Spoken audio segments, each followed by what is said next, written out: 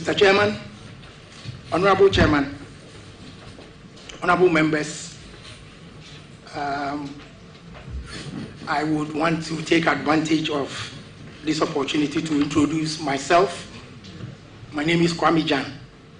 I'm lead counsel for the Inspector General of Police. I am ably assisted by Superintendent Sylvester Asari. Our sitting here is for their own benefit. The people seated here, for them to listen to what the Inspector General of Police will say, and then we continue with the interrogation. You see, because how would they also prepare for what we are all about to do? And what they said, we've given it to you, haven't we? We've given it to you. All that they said, we've given it to you. But we couldn't have brought the IGP here because the tape, it was not necessary that, it should come. So, Council, I think we should rest this matter. And then, Vice, you wanted to chip in or something? Yeah. Yeah, and let the IGP, deal with some of the issues in a very, simple way and straightforward. And then we know what to do. Yes, Honorable Chairman, my understanding of the objection raised is that it is an objection which raises questions of consistency. So the previous witnesses who appeared did that in the absence of the IGP. So counsel is saying that in good conscience and in fairness, why have we allowed the witnesses who previously appeared minus the IGP to sit in when it is his turn to take his stance and speak to the committee?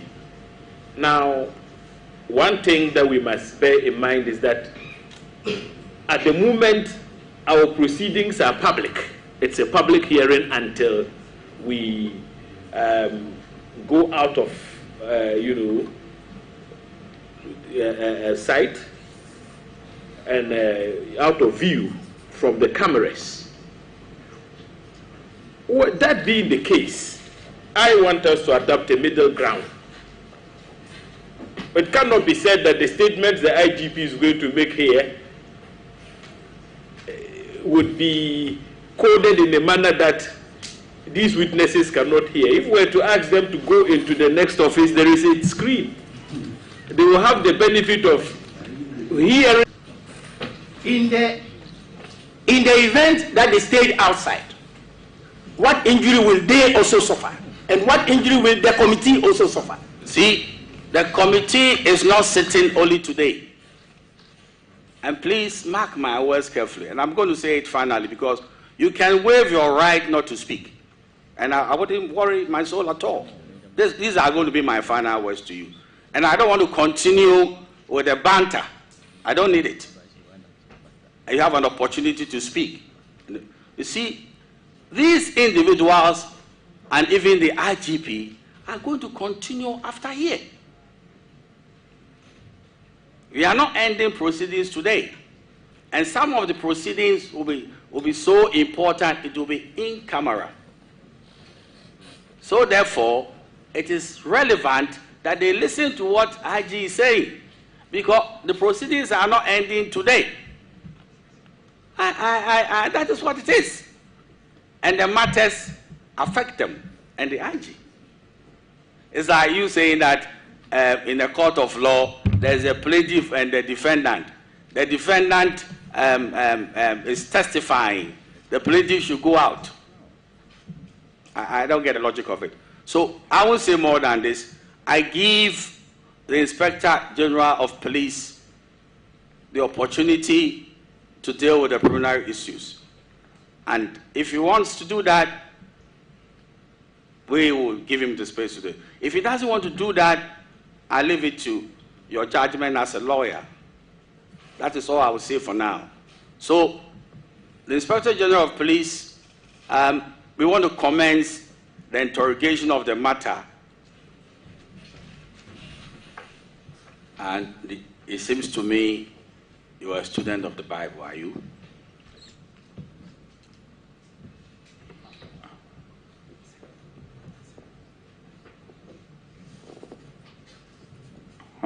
Honorable Chair, I'm a Christian, and the Bible is my reference point.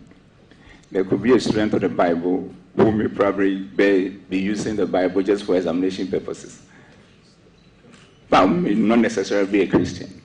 But I'm Christian, and my reference point in terms of what guides me is the Bible and the Spirit of God. Thank you.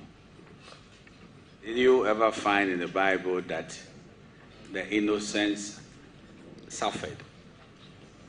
The man who claims he's innocent suffered. Have you heard it before in the Bible? Did you read it? Honorable Chair, I am a Christian who understands that, and that is what it is. That is why I'm a bit surprised that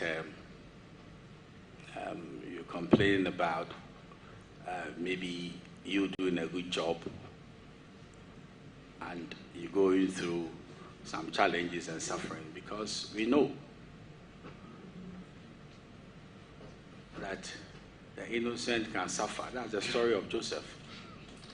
Never slept with Potiphar's wife, but went to jail. Have you heard this tree adage that onipakesiye na asem tuno? Have you heard it before?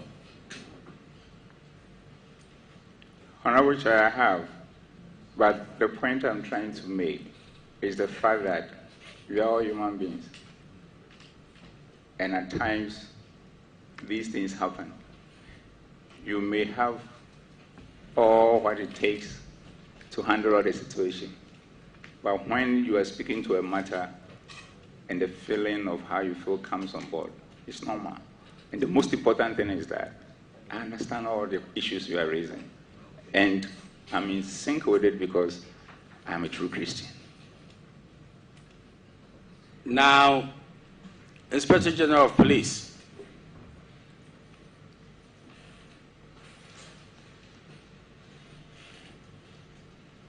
do you have a working relationship with Chief Bugri Nabu?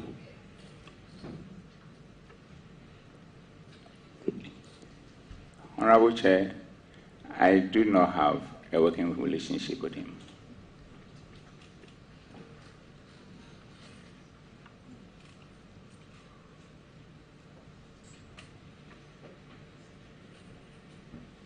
Inspector General of Police, if somebody alleged against you that you are the architect of the first video or the video, you in cahoots with Chief Bugri Nabu, got these individuals taped, what will be your response to that, sir? Honorable Chair, that is untrue.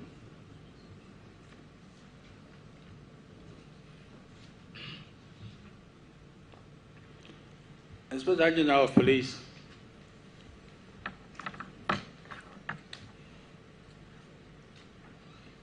it seems to me every serious police officer would want to be an IGP. That's natural, is it not?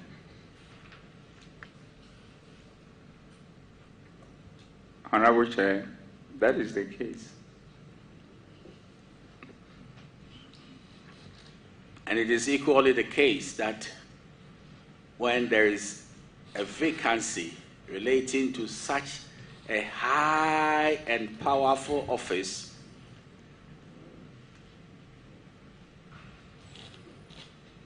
and individuals are aware of the appointor of that high office,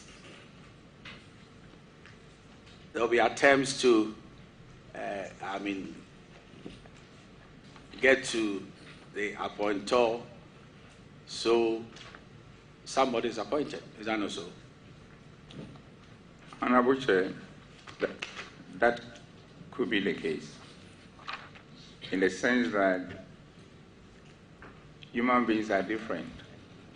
There will be somebody who will be going around to do that, and others too who may know that based on the quality they have, they may be contacted and assessed for the position. And even those who will go around to be doing that, there may be variance involved in the extent that they go. Thank you. Did you pay regard to the statement of Honorable Kofi Boa, the MP for Elembele? The statement he made on the House floor, did you pay regard to that? Honorable Chair, I have cited it and I have a fair idea what it contains. Yes.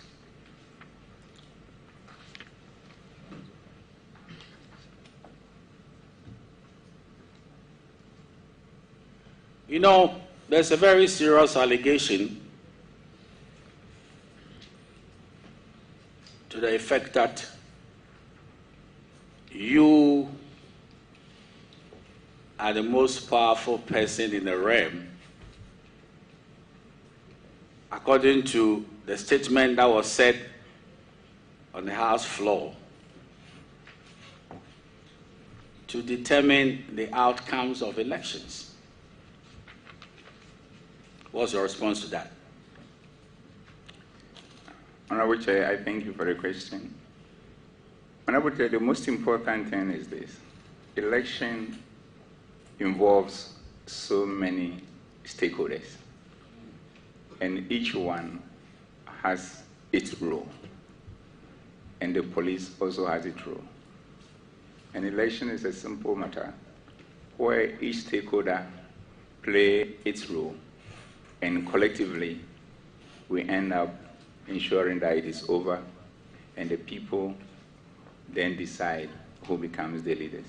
So nobody has some supremacy in terms of when it comes to his or an entity or an institution, when it comes to its role in ensuring that election pass successfully. As far as I'm concerned, all the stakeholders has to play their role, and the point is that because each role is unique, you cannot even compare to see which one is on top and which one is not. So as far as I'm concerned, all the stakeholders have critical roles to play in ensuring that our elections pass successfully. So the upshot of what you are saying is that the IGP cannot determine the outcome of an election. Is that what you are saying? Honorable Chair, that is exactly what it is. Not that what I'm saying. That is what it is. Everybody has a role. Every stakeholder has a role. And then when we all play our roles, the people who have to vote will then determine who becomes the leaders. Thank you. Are you surprised to hear that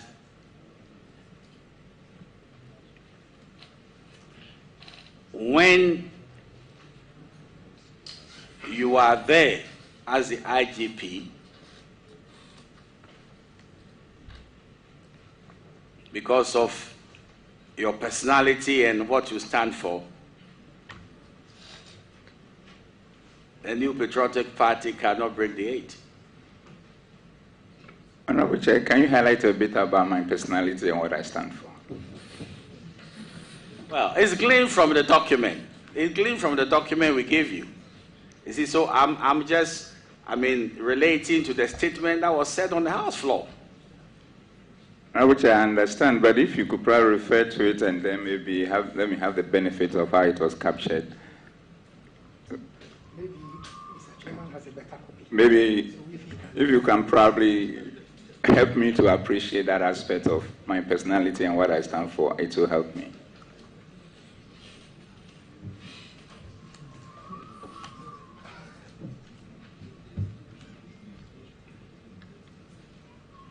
My vice chairman is telling me that that is not a verbatim statement. But your lawyer will tell you.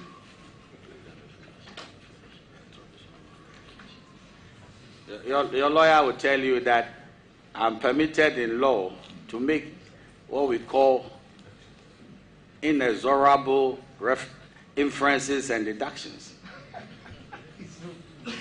But Honorable, with the greatest of respect, I know you are on the floor, but just to point out that the question you posed is not born out of the Deputy Minority Leader's statement. That statement was read on the floor, and we made contributions. I don't recall that in that statement the leader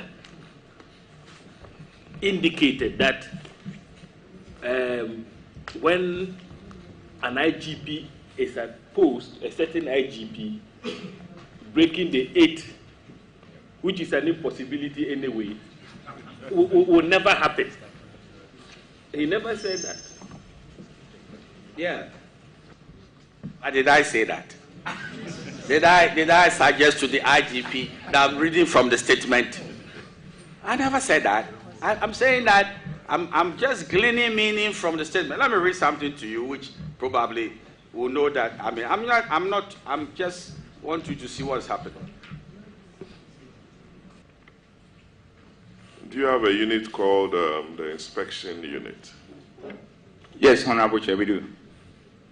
What is their duty? What are their duties or functions?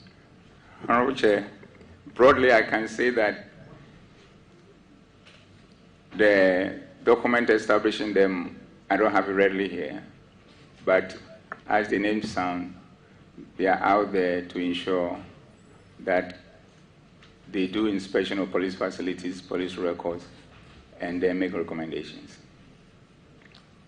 And there are 16 officers in one office, we are told.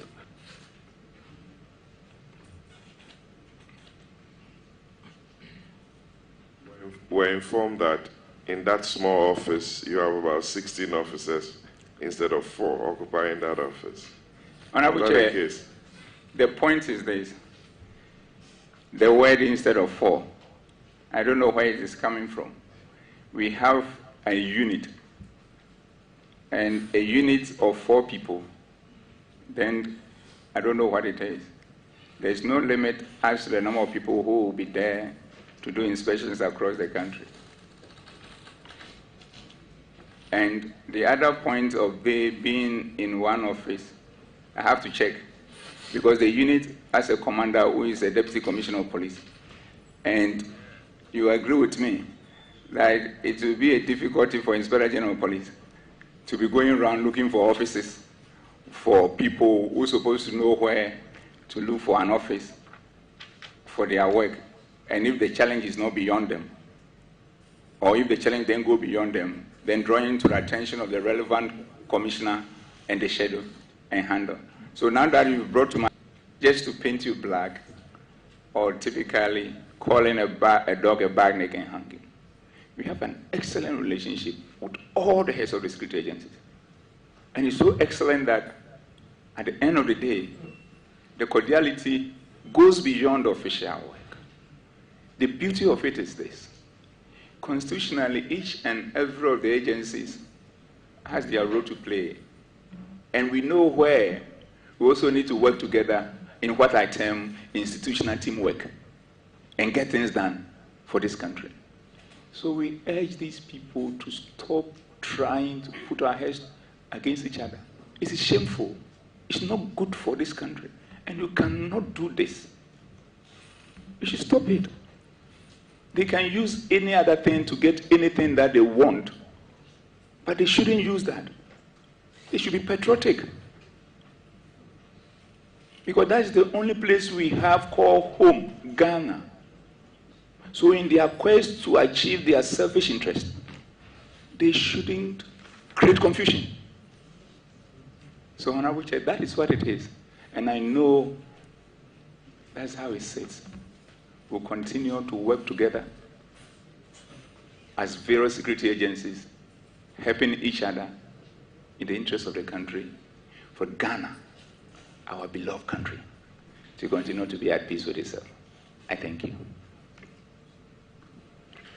I can see that your lawyer is nodding. I don't know what is intended for. Mr. Chairman, when he said Ghana, our beloved country, I remembered the conclusion from Kwame Nkrumah, it's free forever.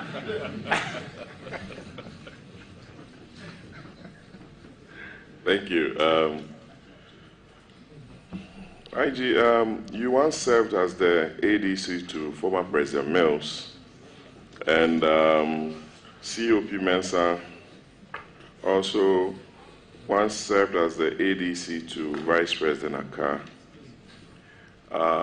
Would you want to comment on that role, especially when some of the witnesses, or from I, to use that as a weapon against your office, in my humble view? Thank you. Thank you, Honorable Chair. Honorable Chair, I'm happy you spoke to that fact. And I want to take this opportunity to urge all my colleagues in all the non-partisan institutions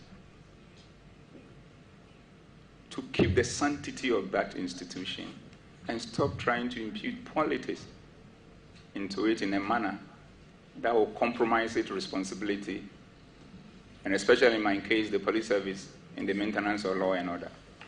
And I'm happy you did mention the fact that my big brother, George, served as an ADC during President Rawlings and Vice President Akkar's time. Before him was another big brother of mine, the former Inspector General of Police, Mr. David Asante-Apietu, who also served as the ADC during President Rawlings and Vice President Akkar's regime. Then after that, ASP, I have to get the name correct, another ASP served as the ADC during President Rawlings and Vice President Akkar's and Vice President Mills' time. Then in the course of his tenure, I was also called upon to go and serve as an ADC to His Excellency, the Vice President, Professor Mills. And I was there for a year and about 6 or 7 months. And I was asked to be replaced because I had become a chartered accountant and I was going to be promoted to the rank of subtenant based on my academic qualification. So I cannot continue to serve as an ADC. So I was replaced by, that time, I'm not sure whether he was an ASP or DSP, and may his soul rest in peace, another brother of mine, Frank Kofi. So from there, all the other regimes, we have had police officers by our arrangement serving as ADC to Vice President. And you will be there, you will be called, it's a call to duty, you can't stop it. But beyond that, after serving as an ADC, so Professor Mills, which was somewhere, I need to collect 2007 and 2008, thereabout, and I stand to be corrected on that, came back to be the deputy auditor, went to UN mission, returned from the UN mission, went for further studies, returned from further studies, and came to serve as Special Assistant to Honorable Kandapa when he was the Minister for the Interior. When my father, Honorable Kandapa, was moved to Ministry of Defense, another father of mine, Honorable Kwamna Batos, came in to serve as the minister, and he maintained me as his special assistant. And thereafter, in the course of the 2007 floods, I was there in the office, and Honorable Kwamna Batos said, His Excellency President Kufuor wants to see you. I went, I was ushered in to the office of Dr. Mr. Chenehese, now the Chancellor of University of Ghana. And the idea was that the President Kufuor, has found it fit to appoint me as the national coordinator for the management of the disaster. And that is how I have served Ghana outside my policing career, I think. Behind you are members of POMAC, I'm sure. Members of POMAC are seated behind you. I believe so. Yes, sir. Honorable Chair, in terms of positions I've held, I have been across virtually every command within the service. And at a point, because of my commitment to work, I was handling multiple schedules at the National Headquarters. Because if you give me a work, you just have to consider it done. Because that is me. I get things done, and I work around teams to get them done on the basis of Genesis 1:26, where I know God himself said, let us create, indicating that God being the originator of teamwork, you cannot do anything and function without teamwork. And that has been my style. So in all this, it got to a point I became the most senior Commissioner of Police, that is the next to the Inspector General of Police. And when that Inspector General of Police retired, His Excellency, the President of the Republic, Nana Addo Dankwa Akufo-Addo, found me worthy to take that position and work together with my colleagues, together with all the other security agencies, to ensure peace, security, law, and order in this country of ours. So it is on this note that anytime I have the opportunity, I do say to Mr. President that forever, myself, my family, especially my wife and children, and my extended families which are dotted across the country, will be forever grateful to him for finding me worthy to occupy the position and working in concert with my colleagues in order to prosecute the agenda of the police in line with our constitutional mandate. Honorable Chair, let me speak briefly about my colleagues here. George is my big brother. JB is my kid brother. Asari is my brother. The beautiful thing is this, Honorable Chair. We've been together for far long. And my brother George, you know, his wife, since I joined the police till today, I call her my mom. And that will never change. And JB, my brother, my kid brother, when I became the Inspector General of Police, I call you and offer you the position of Director Cybercrime. My brother Asari has already gone through a whole process at various places, and by the time I came, he was still at the position of where he is today. We will not have recourse to as to where precisely he wants to be. And this is how I have coexisted with all of them. And as you can see from behind, all my management teams are here, because that is how we do our things. Then, all of a sudden, this matter came up, and the matter was about finding out what has happened and who said what and where it came from. And my brothers were given opportunity to come and speak, and they did speak and made indication that yes, they are involved in what was happening. Then all of a sudden, instead of them to focus on that, they came out with wild allegations, Honorable Chair, with wild allegations that touch my person, the police leadership that I lead, and the entirety of the police service. Without, until today that I'm being told that now they have some evidence, without a shred of evidence. Honorable Chair, at the time that they were making it, without a shred of evidence. And Honorable Chair, those wide allegations without a shred of evidence has brought a lot of pain to myself, my family across the country, and especially my wife and children. That you are so patriotic because you believe in what you call Pan-Ghanaianism, where you think that because of your multi-ethnic nature, everybody you see, as long as the person is a Ghanaian, is your brother or a sister, mother or father, uncle or auntie. Then the pain also to my command, my leaders, my team, that we work together, that we all know, and the pain to the thousands of police people who are appreciating the strides that we are making in transforming the organization to be the best institution in the country and a reference point for the rest of the world. They came. What is the difference between the ordinary thief and the political thief?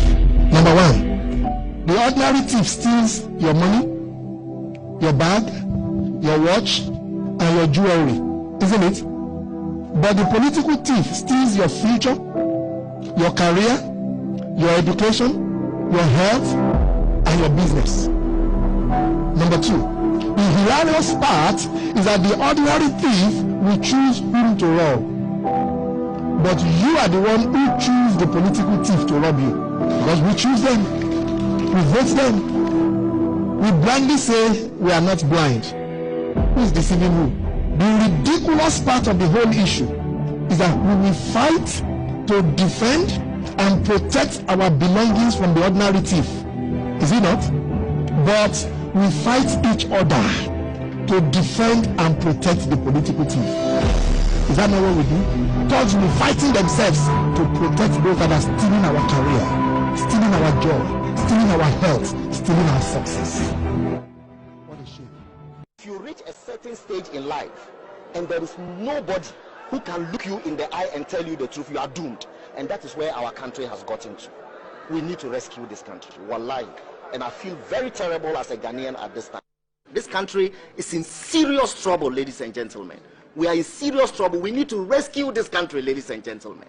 The presidency has been so depraved, so muddied, so dirtied, that I tell you in all sincerity as a Ghanaian, that I feel terribly sad today as a Ghanaian. We need to rescue this country. Wallahi. Inshallah. Please don't cry. We shall rescue our country.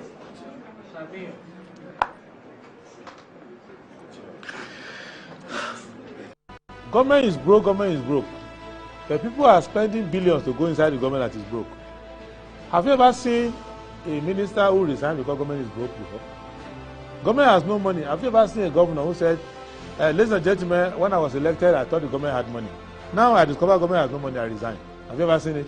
Government has no money, but they are bringing money out at election time. Where is that money coming from? So they are lying. What is happening is that there are two types of wicked people in government. Type 1, they eat current money. Any money they find in government, they will eat it. They are wicked about that one. There is type 2. Type 2, they eat current money and future money. They will say, my term will end next year. When I leave, how will I eat money? Let me borrow money now and borrow money of the future and eat it now.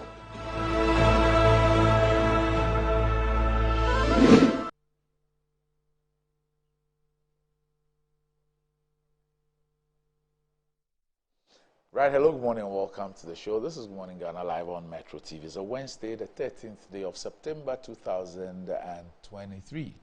By His grace, we're live and we're here. We're here to another edition of the show. Our gratitude will go to the Most High God for the very privilege of being alive and, of course, the opportunity of having another conversation around the top stories making rounds here in our dear Republic. I'll let you into our panel for the morning's conversation shortly. But let's take a look at the front pages of our newspapers. Daily Graphic. Leaked tape saga. I'm innocent of allegations. IGP tells committee. Voter registration record slow start. NHIS covers bills of children with cancer. First National Bank rescues Accra Marathon. Thank God. First race set for November 11th. Well done, First National Bank. Well done, well done, well done, well done. Ghanaian Times, investigation into plot to remove IGP. Allegations cooked, wild, and unfounded, says IGP as a response to 2 officers caught on leak tape. KOICA grants government $2.2 million to strengthen tax policy. Eligible voters patronize nationwide limited voter registration. 2 to get 14 years for stealing Vodafone cables. Daily Guide, it's all lies. IGP weeps over wild in court conconsa. The devil is a liar, Baumia. Next president will be an economist, attorney general. I won't step down. Kennedy Japan insists. NDC bears teeth at EC. The New Crusading Guide, tackling delays in court procedures. Bill to speed up criminal cases before cabinet. Fight to enact conduct of public officers bill into law. Occupy Ghana welcomes president's support. Abenabo nursery pupils carry on kitchen stools to school to learn. The stool chief foments trouble in Kede. My intention is to refocus on Kwandai seat for NPP, Richard Nyama. Wish for Life Foundation breaks ground for construction of cancer facility at Chibi. The Insight. Cocoa, Mahama says new price by government rip-off. I strongly support recent coups in Africa, declares Professor Lumumba. Towards ensuring progress and development, Upper Manya Krobo MP inspects road projects in constituency. Edwardjiri youth flee town over alleged assassination threats from thugs linked to Paramount Chief. Towards decolonizing sub-Saharan Africa. The Herald. Why National Security Minister has been summoned. NLA launches noon rush draw, signs partnership agreement with Ghana Post. Government committed to legitimate mining operations, Lands Minister. NDC tackles EC and the Kufuor over skewed limited registration. The Daily Statesman. I became IGP on merit, Dr. Kufuor Dampare declares. Lands Minister assures protection of legitimate mining operations. 9-member committee probes Shamar quarry site explosion. VIP rallies Ghanaians for voters registration. The Ghanaian Publisher. Lands Minister assures mining firms of government protection. I won't deprive anybody of their promotion, IGP. Baumia is the obvious choice, Sylvester Tete. Safeguard integrity of judiciary, Chief Justice. Businessman petitions IGP over land guards in Ebri. The Custodian. Dampare debunks false accusations, says it caused him and his family severe pain. NHI records 226 childhood cancer beneficiaries. Government committed to protecting legitimate mining operations, Jinapo. Limited voter registration, network challenges, delays exercise amid high patronage. Safeguard integrity of justice system, Chief Justice. Agenda 111, officials embark on monitoring tour in Volta and Oti regions. The Finder. The lies caused me severe pains. Dr. Dampare debunks all false accusations. High turnout, internet connectivity challenges great voter registration. Government committed to protecting legitimate mining operations, Jinapo. EC directs officers to register voters offline when need arises. Safeguard integrity of justice system, Chief Justice. Daily Post. Jane Mensah, Bosman Asari cited for contempt amid limited voter registration dispute. Citizens decide who becomes president, not police, Dampare. Delay in setting date for EC injunction hearing, evidence of judicial manipulation, Asiedu Nketia. And that's about it for the front pages. We're back shortly.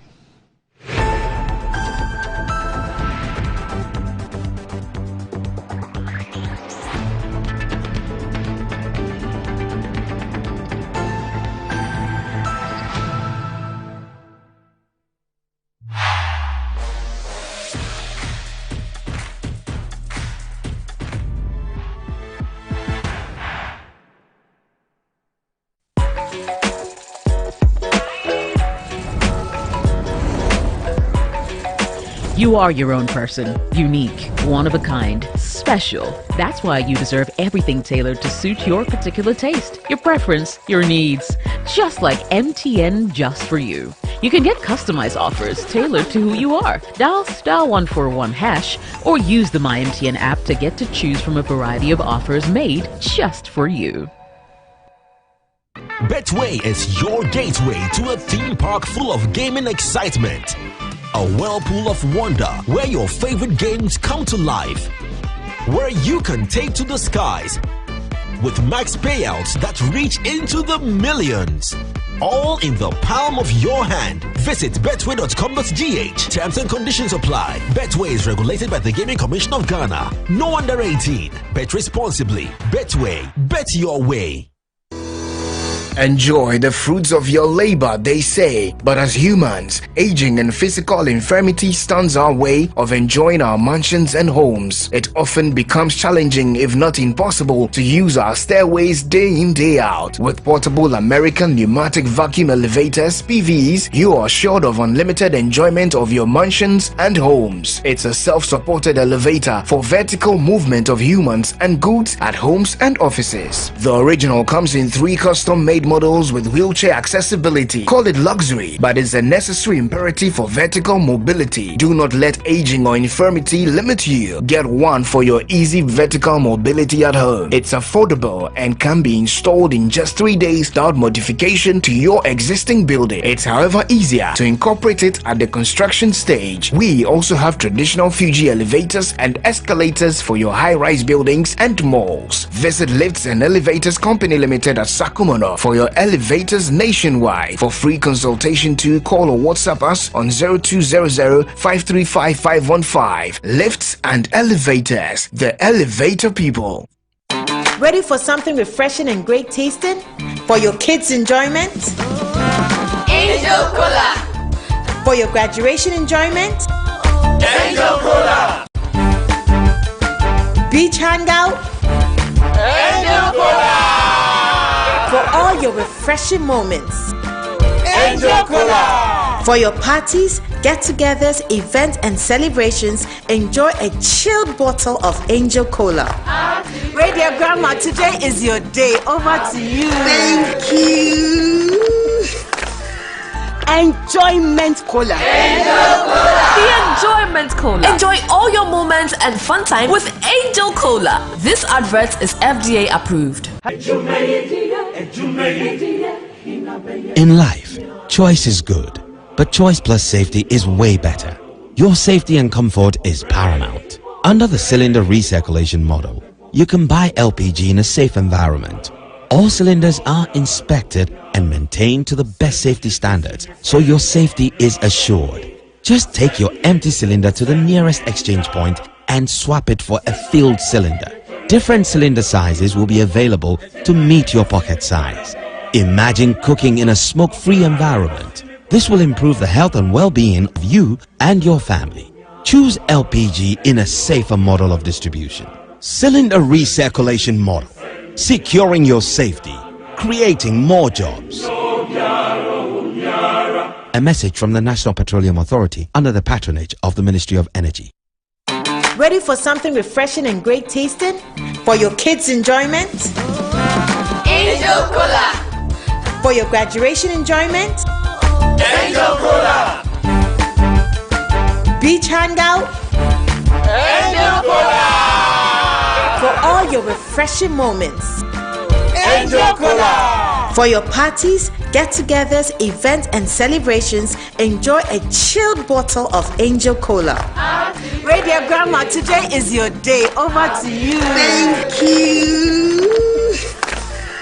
Enjoyment Cola. Angel Cola. The Enjoyment Cola. Enjoy all your moments and fun time with Angel Cola. This advert is FDA approved. For over 20 years of serving the world with herbal and alternative medicine, we've been successful in treating complicated medical conditions with a perfect combination of herbal and alternative methods of treatments like homeopathy, naturopathy, reflexology, and many more. We deliver excellent and effective service to people from all walks of life through scientific and traditional means. We have a well-equipped laboratory with advanced diagnostic and treatment devices to help detect your illness so we know the right medication to be given. At Amen Scientific Herbal and Alternative Medical Hospital, we are proud manufacturers of our own herbal medication. Our zeal and passion to save lives with our patients at heart and outstanding achievements since 1996 has won us several awards. That is why we say, go herbal, go amen. We are located everywhere in all the regions. Amen Scientific Herbal and Alternative Medical Hospital. Allahu Shafi, God is the healer. My son, there's more blessing in giving than receiving. When you fear for you now, and couple the makers in The pneumatological aberration of the Lord revealed unto me this night that me and my household should go out into the world and bless the world. Makers Electronics Company Limited. Up to 67% discount. Our selected appliances. This is what I call quintessential immaculatability. The Makers Electronics Company Limited. Taifa Burkina Highway. Amasama Zongo Junction. Edike Pharmacy Dining. Oyer Fateman Boga Junction. Ashaman Valco Flat. Kumasi. Ahinema Kokobin. Asafu Bwachi Hospital Junction. Takradi. Number 9 Market. Go and tell mom and dad about the Makers Blessing Attack program. From 0552 222 253 and 0552 222 254. Terms and conditions apply. The same got to moon, I'm a sissy.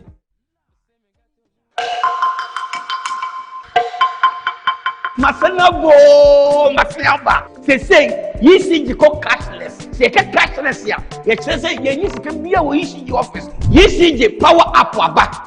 And also, another will be beer. Set up auto credit. Set up auto credit and do our issue. So, what problem be a person used for everything? He answer over power up. So, and one on the 2 assembly up.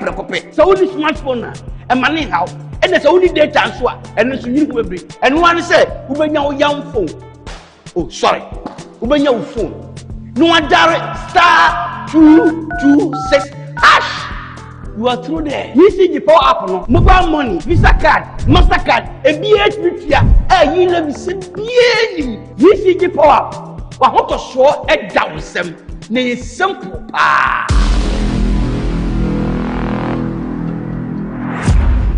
Inside Black Star Press Limited, grow inside the invective minds, evolving concepts, and the creative trends. The printing press you need now. Witness the beauty, diversity, and natural wonder with our works.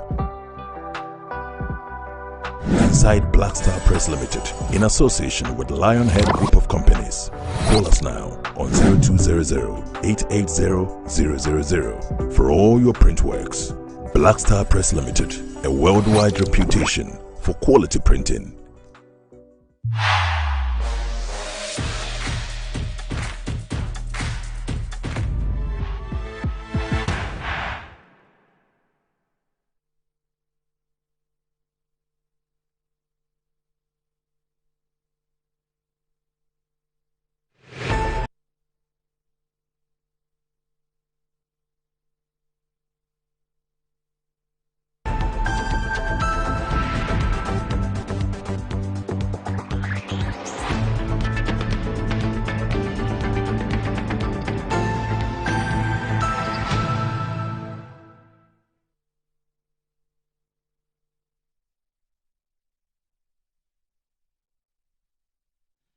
Right, welcome back to the show. If you just joined us, this is Good Morning Ghana, live on Metro TV.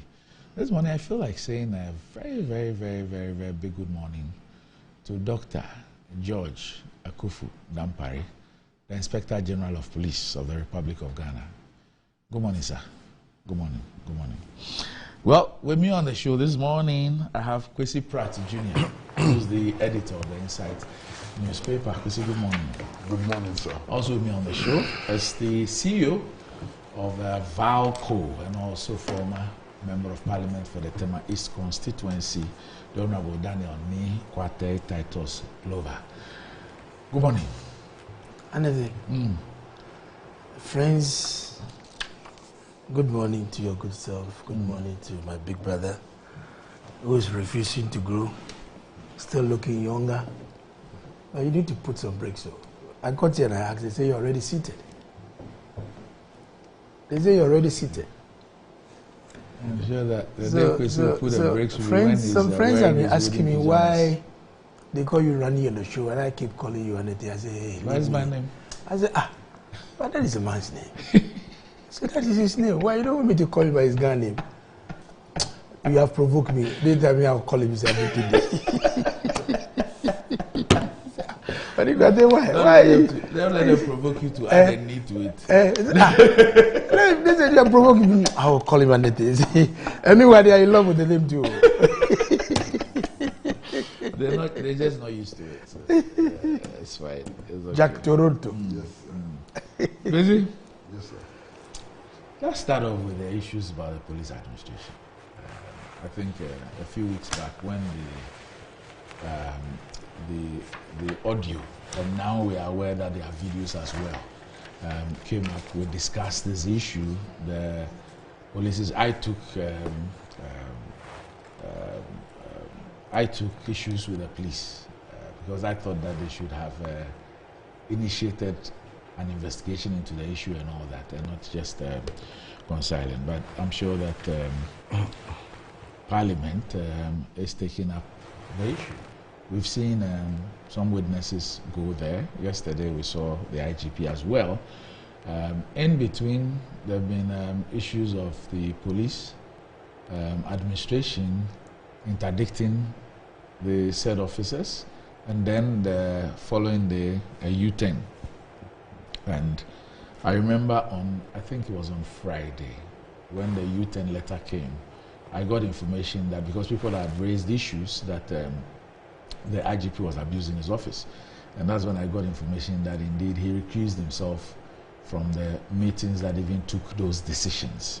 And so he wasn't part of both the decision to interdict and also to reverse the decision. Now there are issues of also in-camera and public hearing, and I'm sure that you've heard the reasons given. It borders on security. There are things that in dealing with the sanctity of the police service, we don't need to put in the public domain and all that. Yesterday, watching the proceedings, it appeared that the IGP and his lawyer were not too enthused about the references to the in-camera hearing and the impression that is being created, that was then being created as if there was some allegations that will be dealt with. The chairman of the committee actually allayed their fears and said that, well, nothing was hidden, everything had been given to them and all that. But you see, what do you make of what has been going on? I have said on this show that quite a lot of what is going on are things that we have heard. We have heard the politicization and all those things. But perhaps this is maybe a clearer manifestation of what perhaps we have heard has been happening in many of our security agencies. I don't know what you think of what is going on, how it's going to end, how that will help us in having a more professional and better police service. Well, first of all, I'm completely surprised by some of the developments. I'm really surprised by some of the developments. You have a businessman and a politician of sorts, and policemen go into conclave and actually discuss how to subvert the 1992 Constitution in graphic detail. A committee is set up to investigate the matter, and so far all we are hearing about promotions in the police service, other administrative things, the eligibility of the IGP and so on, makes me sick. What should the focus of this thing be? It should have nothing to do with the eligibility of the IGP. Indeed, it should have nothing to do with police promotions and so on. Why? If policemen have not been promoted, does that justify that meeting which was held? It doesn't. If the IGP is not qualified to be IGP, does that justify the meeting? It doesn't.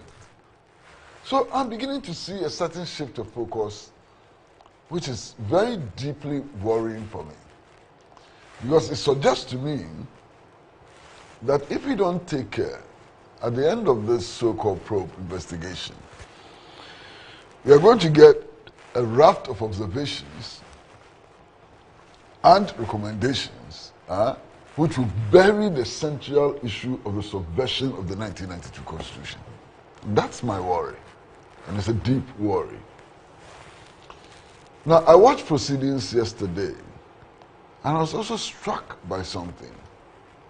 You know, the expression of ethnic, regional, and religious solidarity was sickening for me.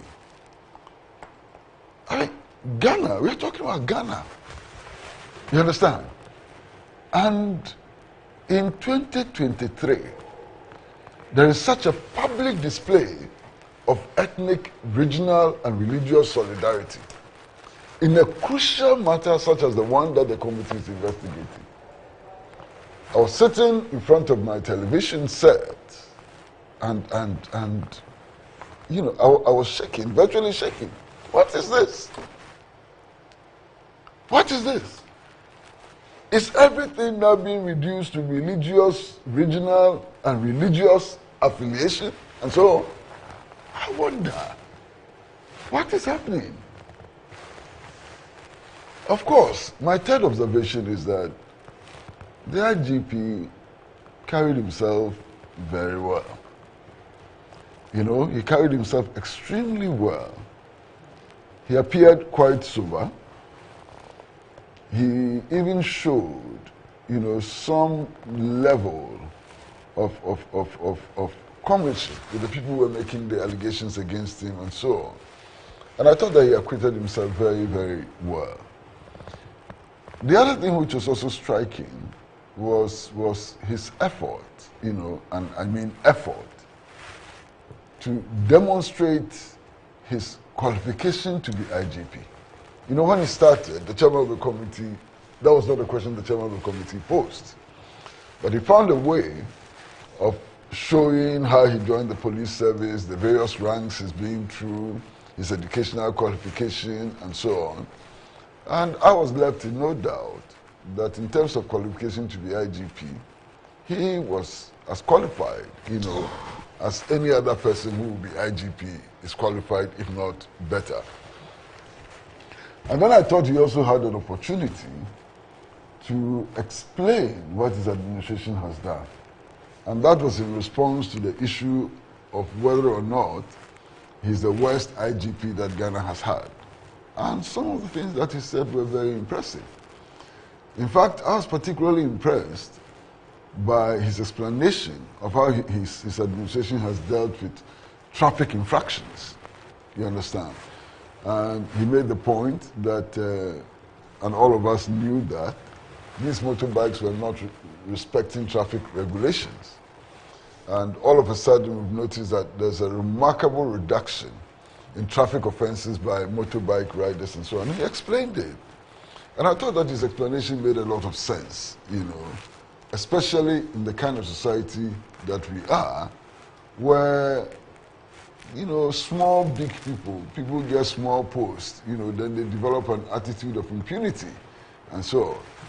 So his explanation made a lot of sense. I have complained on this show before about one morning when I was driving to work, and Master, there was a siren, you know, behind us. All of us were pushed off the road and so on.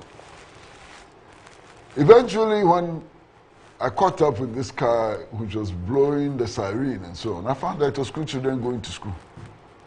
You know, this IGP has managed to put his foot down, and that nuisance has been reduced substantially, and I'm impressed. And he offered a donation yesterday, which was interesting. But my real wish is that the committee will focus attention on its clear mandate as given to it by the Speaker of Parliament.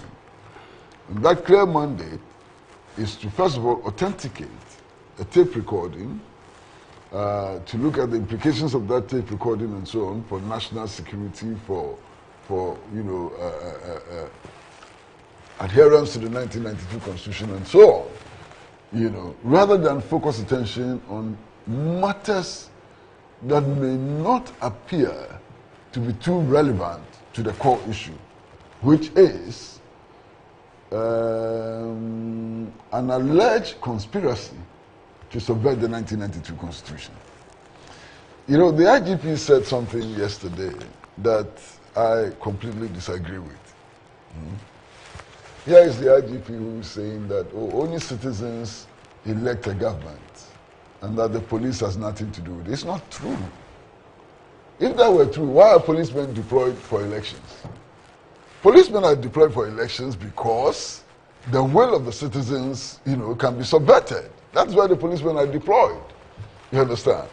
And there are many scenarios where policemen, especially an Inspector General of Police, can influence the outcome of an election. Look at what happened at Ewasu West Wogon. The NDC, after a few hours of voting, decided not to participate in the election. So we cannot say for sure what the outcome of that election would have been if the NDC had participated fully in the elections and had not withdrawn. We cannot say for sure. So here is a case where intervention by state security actors or persons purporting to be acting on behalf of state security led to a certain outcome. Now, in an election, if policemen go to a particular polling station and start shooting and so on, it will scare away voters.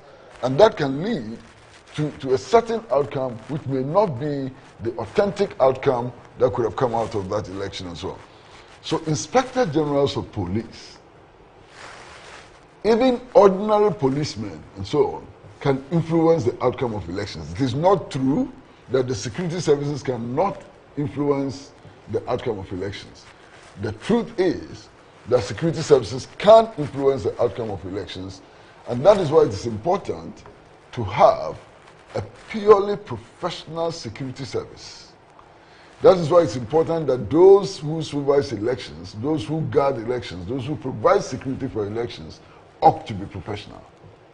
And that is why we should ensure that irrespective of the leanings, political leanings of police officers, which some say is unavoidable, I think is avoidable, irrespective of that, police officers should act professionally, soldiers should act professionally, so that those who claim that the 1992 Constitution is a God-given document which must be worshipped, will be able to worship that document as they desire. You understand?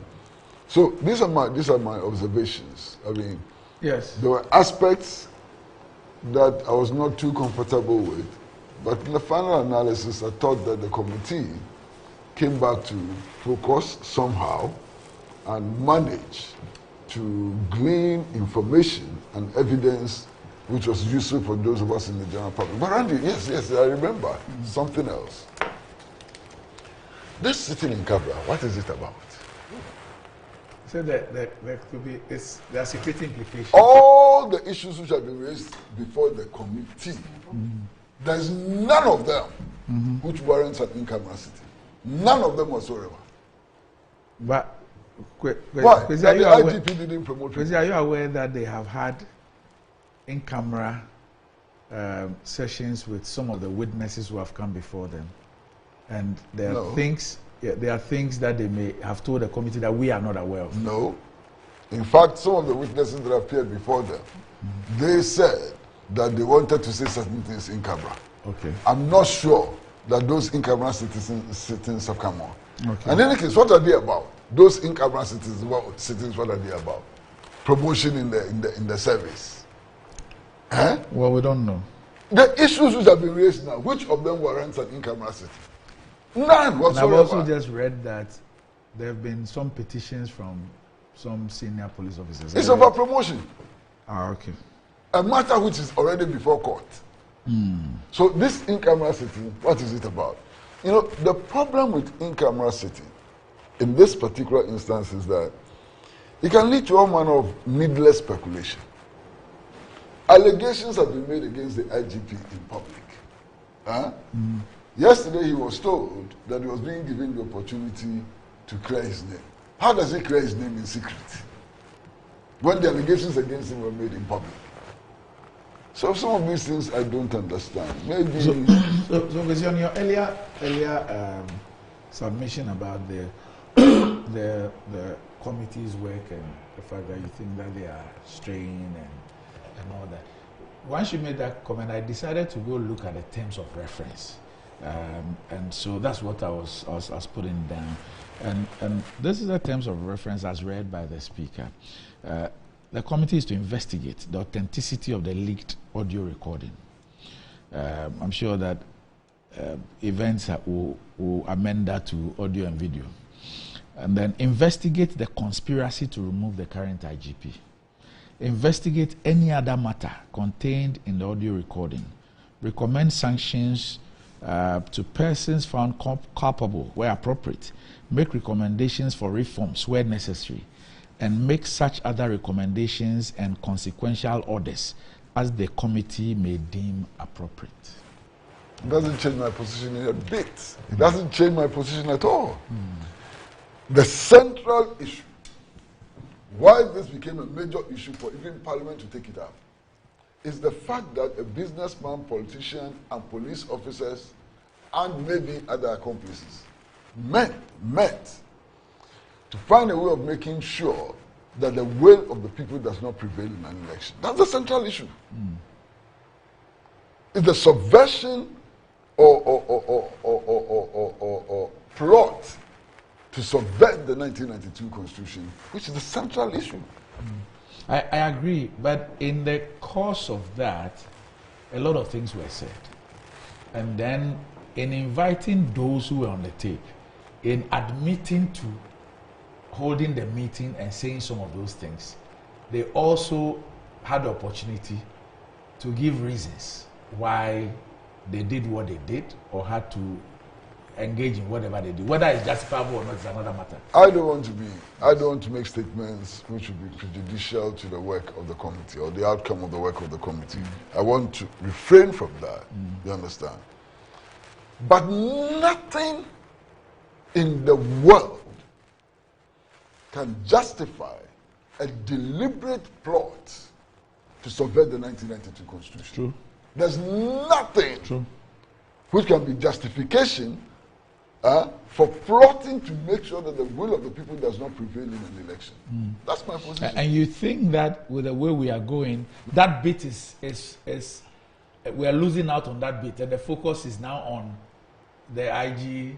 Whether he's qualified to be IG, whether he's done well, whether people have been promoted. Whether he speaks with those are non-issues. On a daily basis, Those are non-issues. This allegation that the Inspector General speaks to the former president on a daily basis is being denied. Okay. But what is the problem? The Inspector General of Police should be able to speak to everybody in Ghana. That's what he said. In the pursuit of his work. You want an Inspector General of Police to be able to work efficiently without speaking to the leader of the largest opposition party in our country? How is that possible? Doesn't make sense.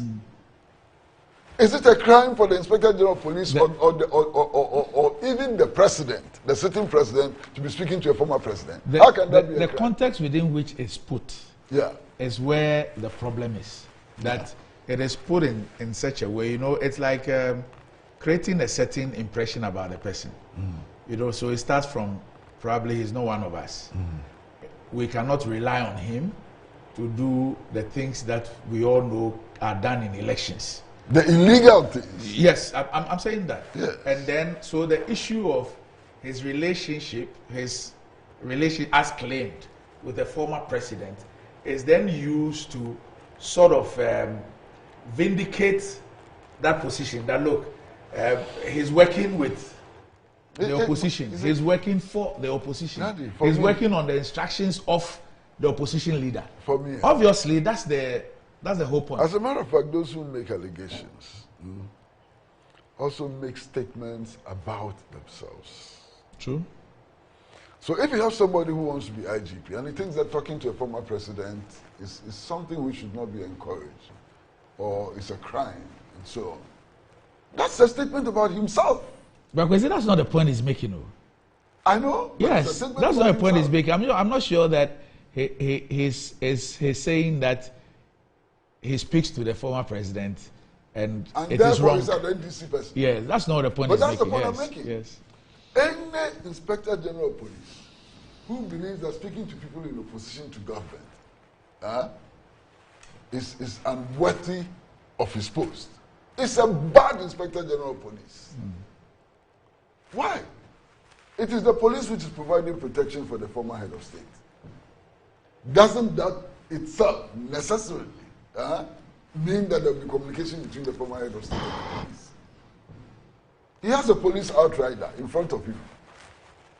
So the police has a certain duty to the former head of state, as it has a certain duty to the sitting head of state, and so on. You understand? And for me, these things are just banal, they are inconsequential, they are being thrown in just to confuse the issues and so on. There's a critical issue. Did you meet to discuss how to win elections? Did you meet to discuss how the will of the people can be subverted? Those are the issues. And how this IGP will not make that work. Exactly. What is it about this IGP that will not make it possible to break the 8? What is it about this IGP? Come and say it. You think that the committee is not focusing a lot on those aspects? I think that's the main focus. I think that's the main focus. Or that should be the main focus. That's what you're saying. It should be, and it is the main focus. Unfortunately, it has not become the main focus. Okay, all right, okay. So I get the point you're making. Okay. Look at it. Anita, thank you so much. You read clearly the terms of reference of the Speaker to the committee and what his expectations are. Let me commend Parliament for that great initiative, for what they have done. At the end of the day, the truth will come out. Let me start by commending the IGP for the demonstration of good relationship. For the first time when these accusers have been in this committee saying all kinds of things against him, he never had opportunity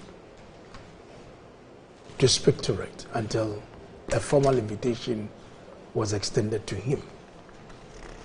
I never had opportunity to watch because I've been busy in the office running up and down and all that.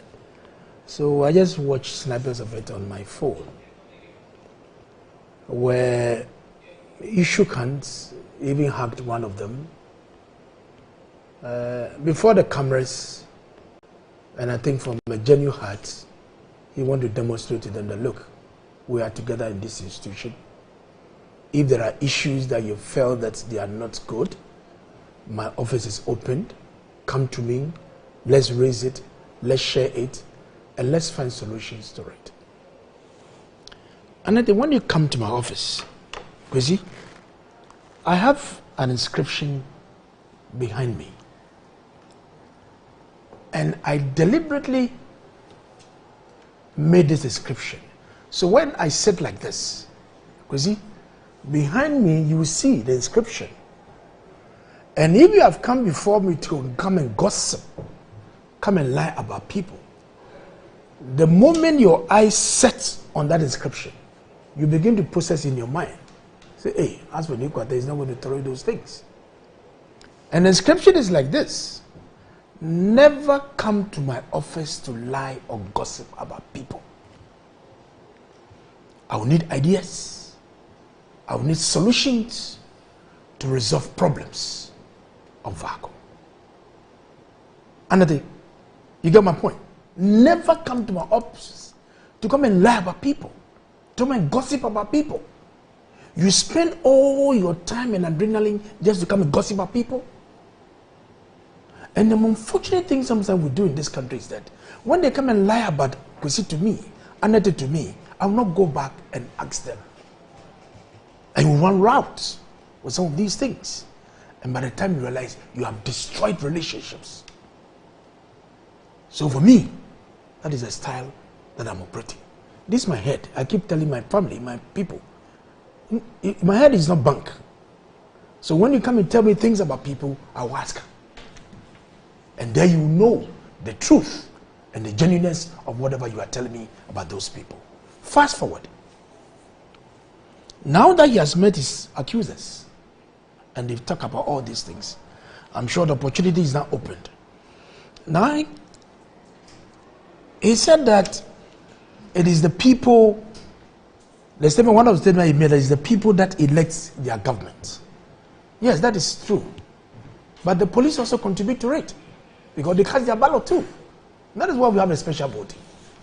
That is why, because they are security agencies, we don't count their vote immediately after casting their ballots. We have to wait, then we'll add yes to the normal voting the way it is done. So the police equally have a role in the determination of whoever becomes a president and otherwise. He's been accused by his accusers of doing nepotism and all kinds of things. There's lack of trust. Some of the directors or the commanders are not in sync with the way he's doing his things. But yesterday you saw the number of commanders that follow him to the committee.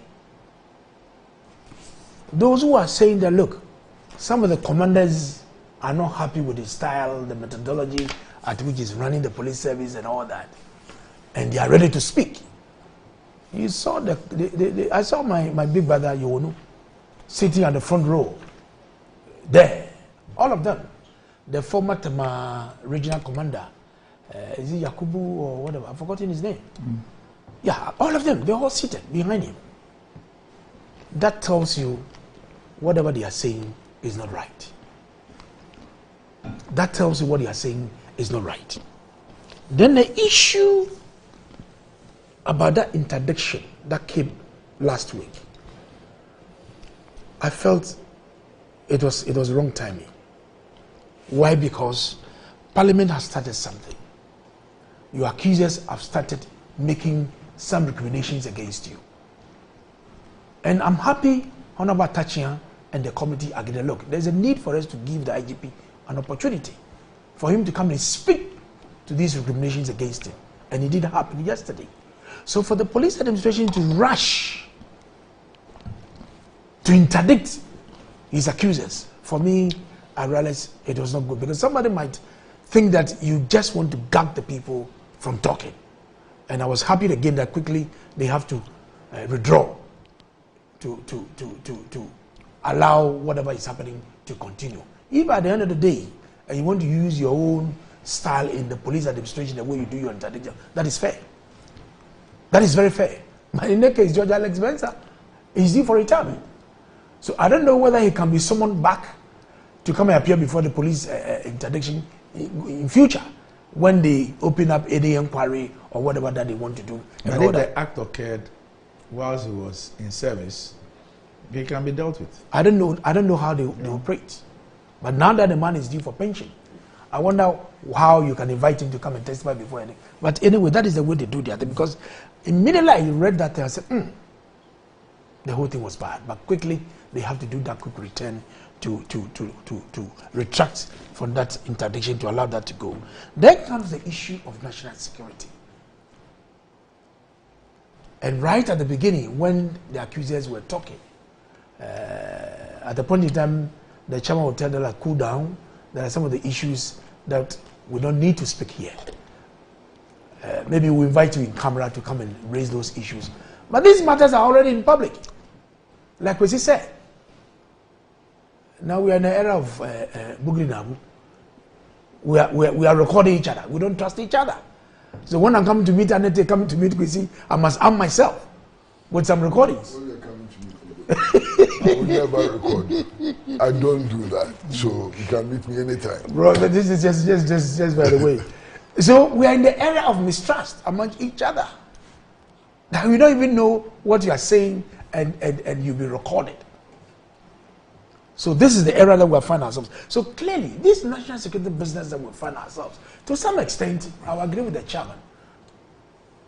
But to some extent, this matter is already in the public domain, where Chairman Nabu is being recorded of collecting money from from the IGP, and they ask you, have you not been collecting money? Then he said, the money is not from Dampare, it's from the police service. Jesus Christ.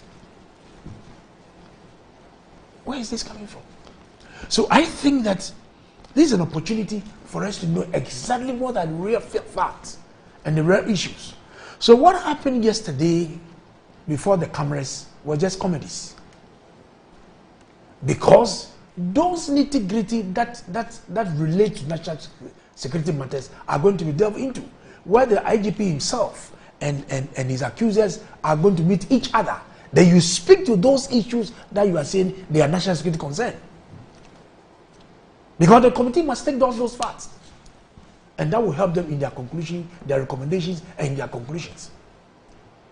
I feel so sorry of what is happening. Seriously.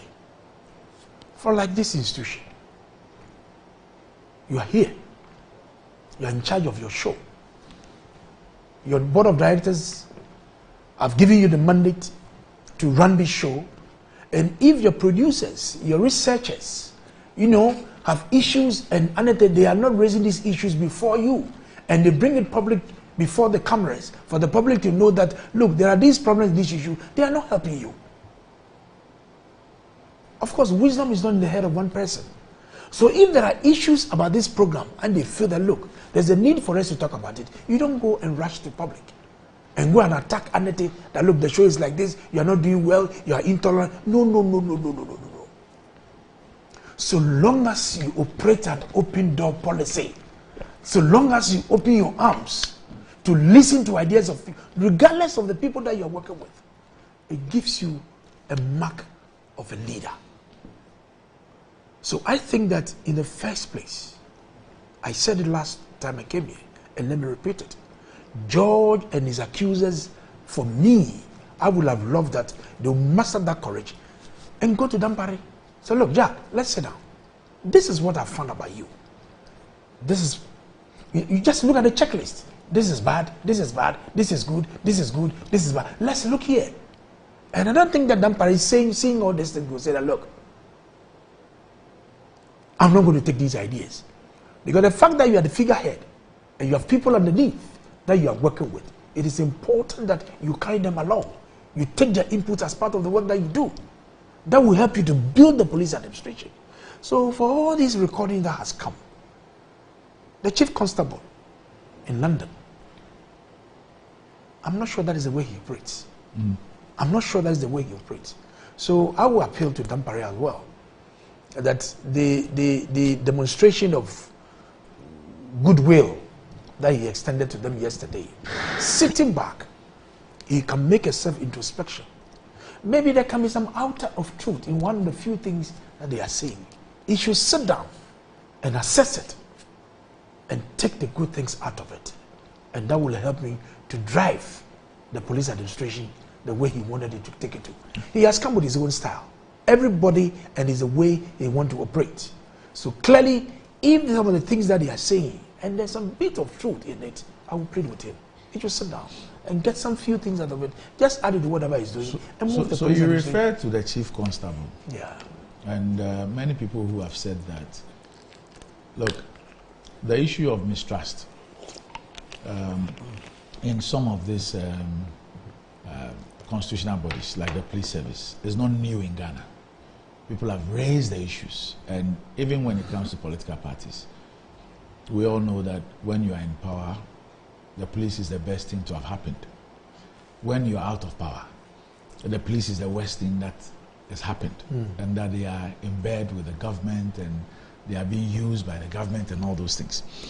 Now there are people who suggest that, look, perhaps this is a golden opportunity to change, for us to even look beyond just this issue and actually look, because if you look at the bigger picture, inherent in this has also got to do with the mode of appointment of IGs and the fact that it is because there is a certain source of power for appointment and others. That is why whatever conspiracy occurred. That is why some of those allegations about he's one of us, is not one of us, he will not be able to help us to do the things we need to do to win elections and all that, it's come up. And so I want us to once again watch a clip that I've played for years, but I think that is very relevant for today's discussion. ACP Agwojo on the structure of the police service. All right. Now, this is the composition of the police council in Ghana. The vice president is a party man. It doesn't matter whether it's MPP or NDC. This is what we have given us, and this is what we work with. Now, a minister responsible for internal affairs, who is he? He's a party man. Then you have the Inspector General of Police appointed by the president. The president can dismiss him at any point in time, and therefore his loyalty is partial. It doesn't matter whether he was appointed by MPP or NDC. His loyalty is divided. Because he can be appointed today and dismissed tomorrow. And the worst scenario is when he is appointed to be acting capacity. It means I'm watching you. That is what it means. Now, the Attorney General is a party man. Then you have a lawyer nominated, that one again, impartial, a representative of police, very well. 2 members of the police service appointed by the president. So who is that? Those people. Once they are appointed by the president, you know where they are coming from. Then 2 other members appointed by the president. So the whole composition of the police council is the president. And it's the party. Why will you give us this and think that we should be professional? You cannot. There's no way you can have a professional police service. It is party politics. And that is why we have become a chess in the hands of the government. Whether it's MPP or NDC, we are chess in their hands. And they are playing political games. That is why no party in opposition can trust the government, can trust the police. Because of what you do with us. And so once you move into opposition, you are scared that the same thing you do with us, the other party will do with us. So there is a need for constitutional amendment. And I propose that if we really want a long-term solution to this vigilantism, one major thing is that the president must be appointed for a fixed, the IGP must be appointed for a fixed term of, with approval of parliament to exercise independent control. There's a need for an independent police service commission to replace the current police council. And grounds upon which an IGP can be removed should be spelled out so that the IGP's removal from office cannot be based on the whims and caprices of appointing authority. That the Minister of Interior can only give directives to the IGP in writing on matters of policy, but not as to how the IGP must do his work. This will make the police loyal to the Constitution instead of particular governments. All right, so that was ACP Agwojo and how relevant this issue is. This was in the heydays of vigilantism, and when all the talk about vigilantism and how the police is unable to deal with it and all that. And at a lecture, he raised the issue of the architecture of the service and how it doesn't inure. So those are the issues that he raised, and it's quite relevant today. And incidentally, this is an officer who has been on interdiction for over 2 years. You remember about that so-called platform, something. Yes. Incidentally, there are others who are also speaking about how they can things that must be done in order to win an election on a tape. But we see no need in prosecuting them as wanting to usurp power and do all those things. But that's for perhaps another time. Yes, you watched him. Yeah, Agwojo. Dr. Agwojo. He spoke so well, but these are constitutional, what do you call it, clauses. Yes. The framers or those who wrote the Constitution, this is what they put there. Yes. And for now, that's what we're operating with. But yes. you found he sees that as a big challenge. Yes. In order to have a full independent police administration. Yes. And he thinks that is loyal to the Constitution, the people. Yes. So he thinks that there should be some changes there. And the fact that an independent police commission must begin the role together with Parliament to get us an IGP devoid of this architecture the way it is. It's a good proposition that he has made, and I think that why not? If the opportunity comes, they can look at it and try to do something about it. But one thing that he said, that the Minister for Interior must not instruct the IGP as to what he should do or how to operate, but he should be on policy. I'm not sure that is what is done currently. That Minister for Interior sitting in his office can instruct the IGP as to how the police service should run or that kind of thing. I'm not sure that is what is happening currently at the moment. And you can see from the conduct and behavior of Dampare that this is an independent man who has his mind and he does what he thinks is fit for the administration of Ghana Police Service. So clearly, Anete, we still have a long way to go in terms of how to deal some of these internal issues with the police administration. Like I said, Dampare is not a saint, just like we are all sitting here. We all witnessed the way he's conducted himself, very professionally, very independently. Government has no hand in whatever he's doing, and is to make sure that he can carry. Because people have been there before, and before he assumed office as the IGP, he has looked at some of the flaws of his predecessors, what they did so well and what did not so well. And I'm very confident that he has watched all these senior IGPs before them. You'll be surprised that there are some of them that he'll be even consulting on the quiet as to what he should be doing to make sure that the face and the image of the police administration can grow. That has even made him to be successful the way he's carrying himself all over the place. So I think that we need to commend him, but sometimes the public relations bit of it must come down.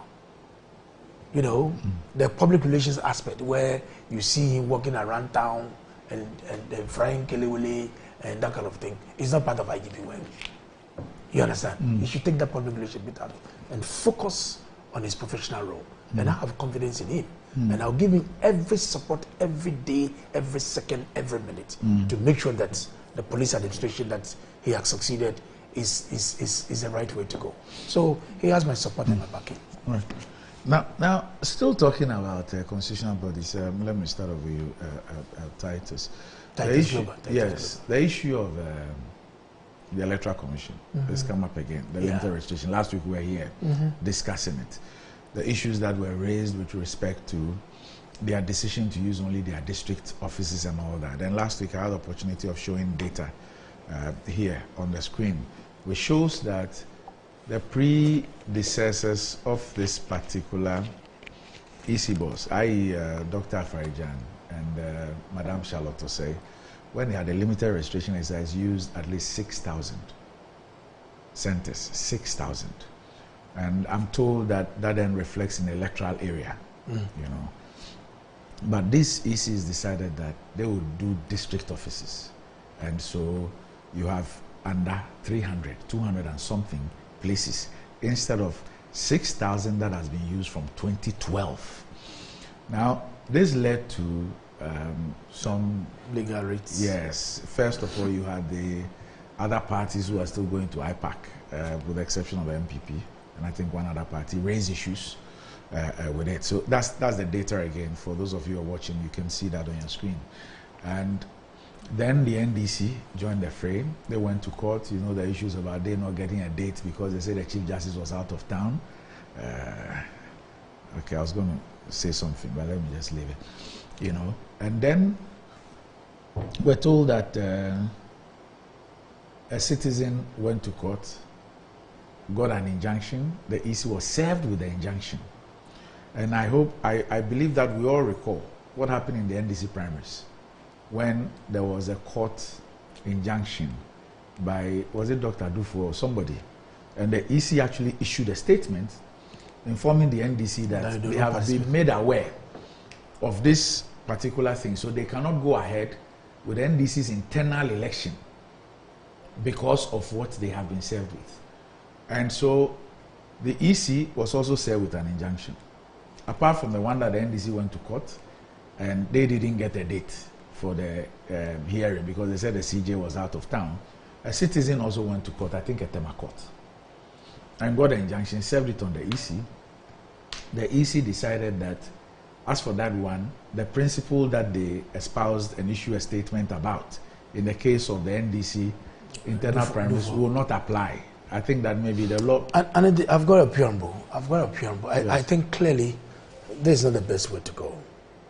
There's a democracy that So let me finish. Now, in the exercise itself, I mean, issues have been raised about faulty machines and all that, apart from areas where we had weather, the rains and all. You know, yesterday it rained a lot in most parts of it. Now, the issues of faulty machines and all that. And then there's also an issue of the configuration of the machines. I don't know how that happened, but I have seen some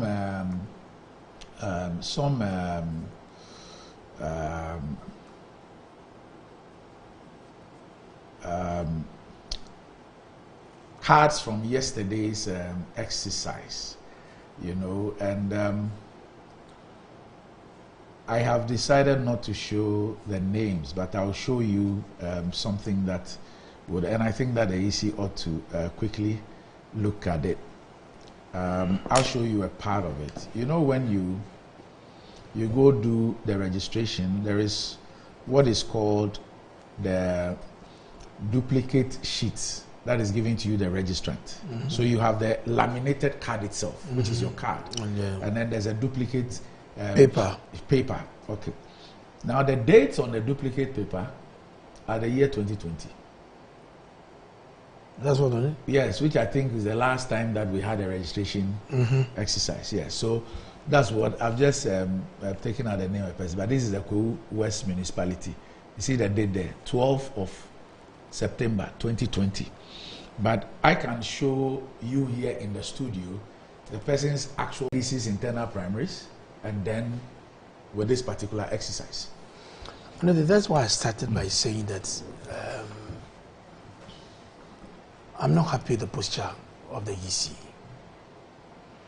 Because somebody sitting somewhere will say that, and I heard some of the NDC apparatchiks saying that government is behind or that the EC is doing, preparing the grounds for 2024. This is totally out of place. If in 2020, the EC did what we call clusters, when you come to Tema East constituency, we have 10 electoral areas. We have Ashiboi, we have Padmo, we have Kwesi Planch, we have Sea Light, we have Dadiagbo, we have Vankuma, we have Onunku, we have Okrokofi, we have Habo, and we have Homo electoral areas. 10. Maybe within the Tema metropolis or the Tema East constituency, geographically, it's convenient for us. But another thing, when you move even to Greater Accra, in my great-grandmother's area in Ningu Pram, somebody is at Mobole, Udumsi, which form part of Ningu Pram constituency. The district capital is Pram. So you have to pick a bus from Mobole, come to Afienya, all the way to Dawenya, then you continue to Pram, just because you want to go and register your name. Or when you go to Wild West, their capital is called Wichao. When you move to Oga, there's a town on the roadside from Wa, when you're heading towards Sola Junction. There's a town called Oga. You branch there and you're going deep into Wichao. And there are people living in the hamlets. There are polling stations, the electoral areas across all those areas. And there are people who are living on the river. When you go to Isojaman, what do you call it? Dodi Island. It's part of Isojaman constituency. And you are saying that the only means to travel from the Dodi Island is to take a boat and cross to the Asemkro. You cross to the Asemkro, you enter before you get a taxi, and come to the district capital in Tajolete, Atimpoku. Is that the way to go? Is that the way to go? And these are so many examples across the country. And for all you know, because for the past few years, we've not been able to register people, children above or who are 80. You understand? There'll be a lot of these kids around. And you can even use the boat to go and cross to the Asem all the way to come to Atimpoku, and you don't even have the opportunity even to register. How do you go back? How do you go back to the island? I am pleading with Adukwe. He must listen to wisdom. He must listen to what people are saying. When you extend it, giving, electoral areas, you can make it cluster. From this you can cluster 3-4 electoral areas into one.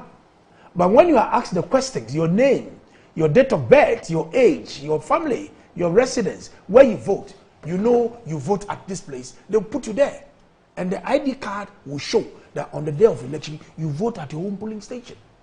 So you move from one cluster to another cluster to another cluster. By the time you realize you have absorbed everybody. And that is the way to go. I am not happy what is going on. Again, they said the machines are 40. What do you do? It's only election that you conduct. So for all these while these machines are 40, you knew you were doing registration exercise. But I think that there's a statement, there's a story attributed to the EC, which suggests that the EC believes that it's not about 40 machines, but connectivity issues. So they're asking the officers to register people offline. Meanwhile, it is the online registration which also led to the EC saying that there's no need for the start of the day thing because they were recording it. You see, if there are issues that need to be worked on, I don't see the need for the rush.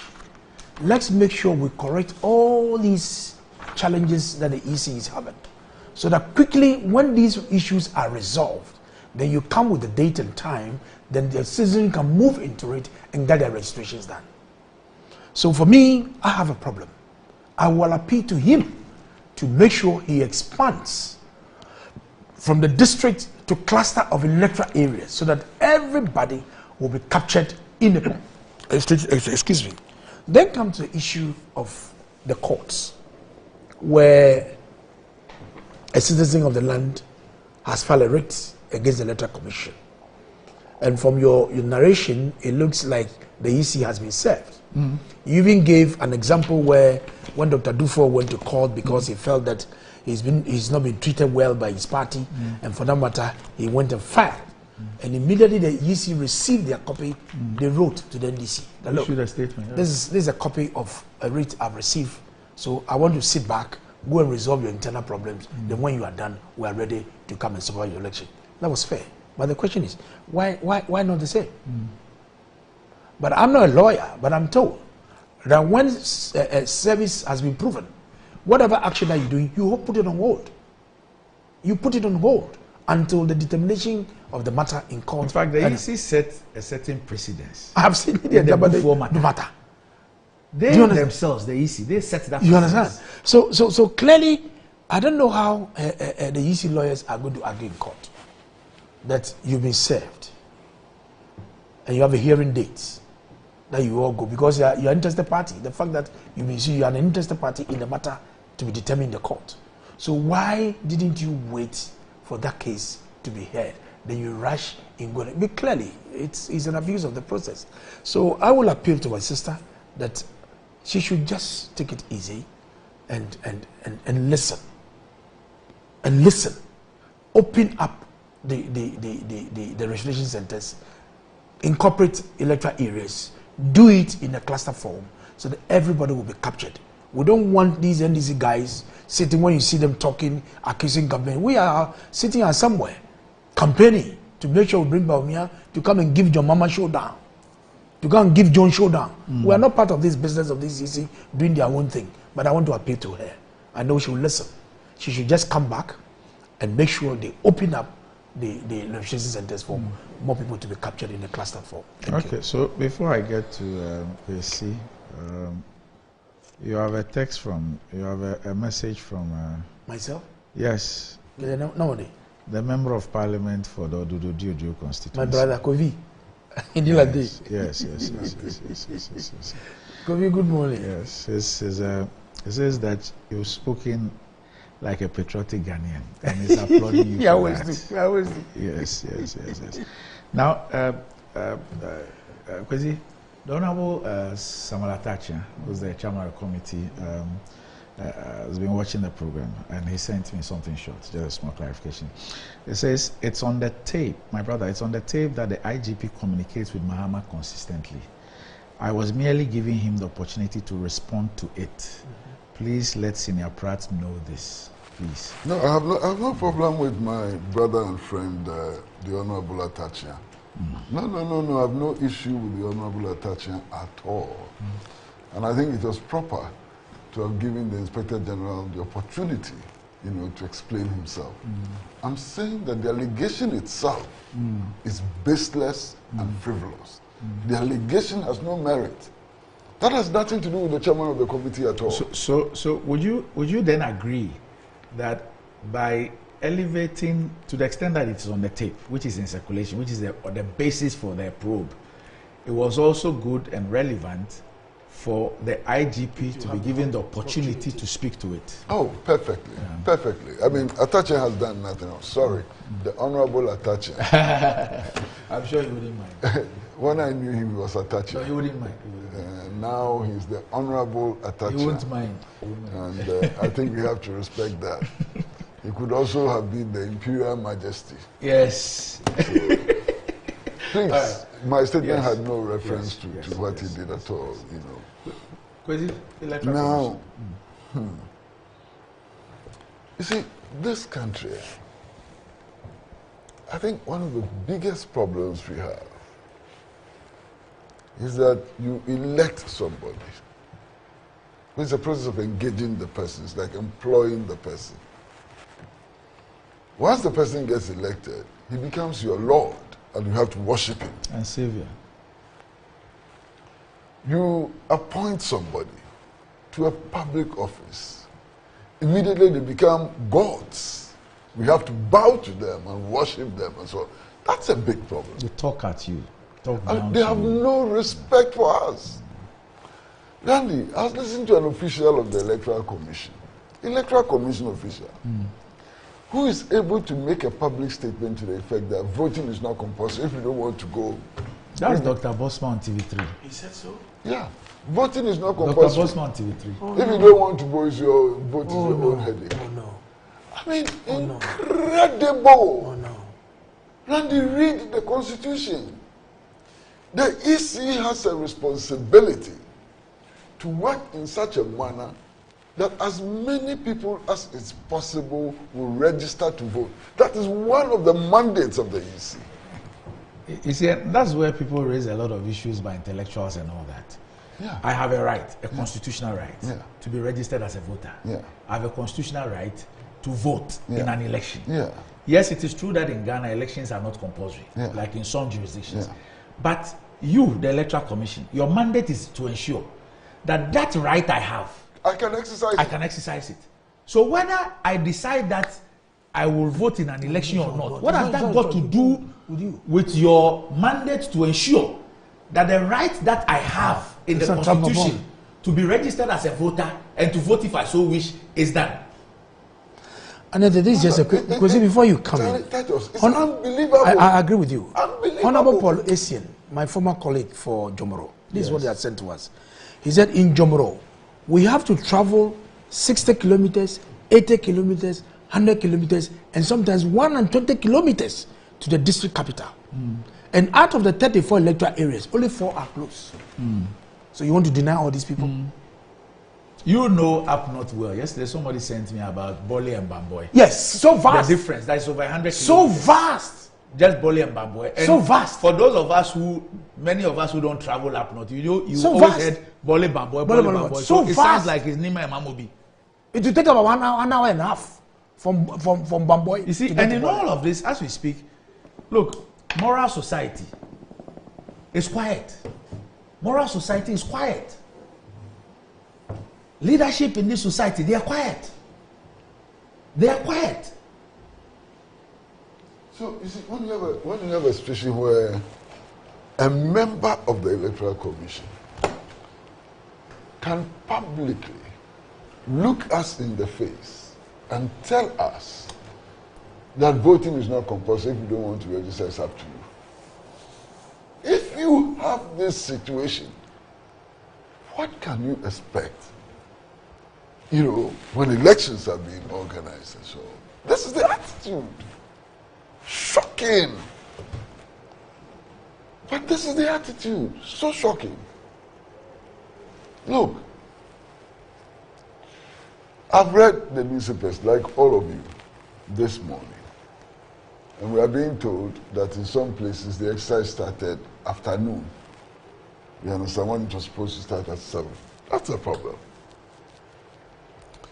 We are being told that in some places the officers of the EC did not have the means to verify whether those who are registering now are already on the register.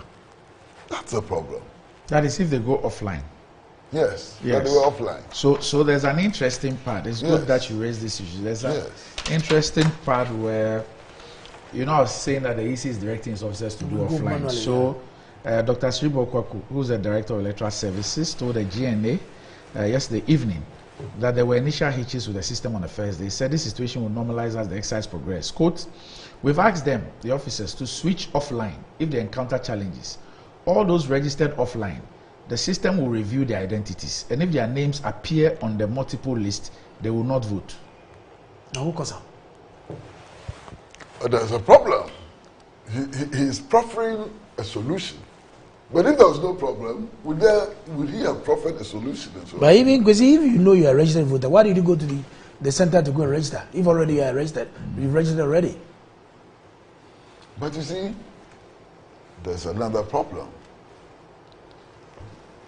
Many of our leaders and so on, they like to see the United States of America as the model. I don't. But they see the United States of America as the model, they see Britain as the model and so on. And yet when it comes to doing things related to the interpretation of our Constitution, the enforcement of law and so on, they no longer look to the United States as a model. It has become increasingly difficult to discuss court processes, to talk about matters pending before our courts and so on. Because we've all been frightened into the situation where we feel that, hey, if you don't take care, the laws of contempt will catch you. So public discourse on those processes have become so very limited. In the United States, there's a criminal trial, Randy, and it's live on television, and they have lawyers sitting on television discussing the trial as it's ongoing. It is not contempt. In the US, it is not contempt. But if you come to Ghana and a process has been filed and you make a comment about it, it's immediately deemed prejudicial to the outcome of the case. So those of them who claim, or actually not claim, those of them who went to Harvard and so on, who are in love with the US and so on, they should copy everything US. Me, I'm not in love with the US. I have nothing against the citizens of the United States of America and so on. But I think that some of their systems are defective. You understand? But they think that everything about US is, hey, let them show you. Look, this is a major issue which hinges on the respect for the Constitution of Ghana. Major issue. Electoral registration. The whole of the electoral system and so on. The National Democratic Congress and 4 other political parties, including Convention People's Party, LPG, and so on, PNC, go to court, and they ask for an injunction against the process. My brother, me, my brother, yes, me, yeah. Up to today, the matter has not been heard, and the exercise has started. I mean, can you believe it? This morning I was having a conversation with a friend, you know, and he was telling me about the issue of whether Joe Osei-Owusu can vote in Parliament or not. How it went to court. And within 24 hours, there was a determination. Yes. Compare that to this one. Compare that to this one. So what impression are we ordinary people in the public supposed to form? I mean, in which jurisdiction? You see, unless sometimes, let us be a bit dispassionate about these issues. In which dispensation, in which jurisdiction, where we speak about democracy and rule of law and everything, will an interested party in a matter go to court on a Thursday to seek injunction on an exercise that will commence the next Tuesday? Mind you, Thursday and Friday, the only working days. Saturday, Sunday are not working days. So you have the Thursday, they are filing, the Friday, Monday as the working day. Tuesday, the exercise has been advertised to start. And then they file this, and this is not an ordinary Kwame Asante or Kofi Kwati walking the streets of Accra. But these are known political parties.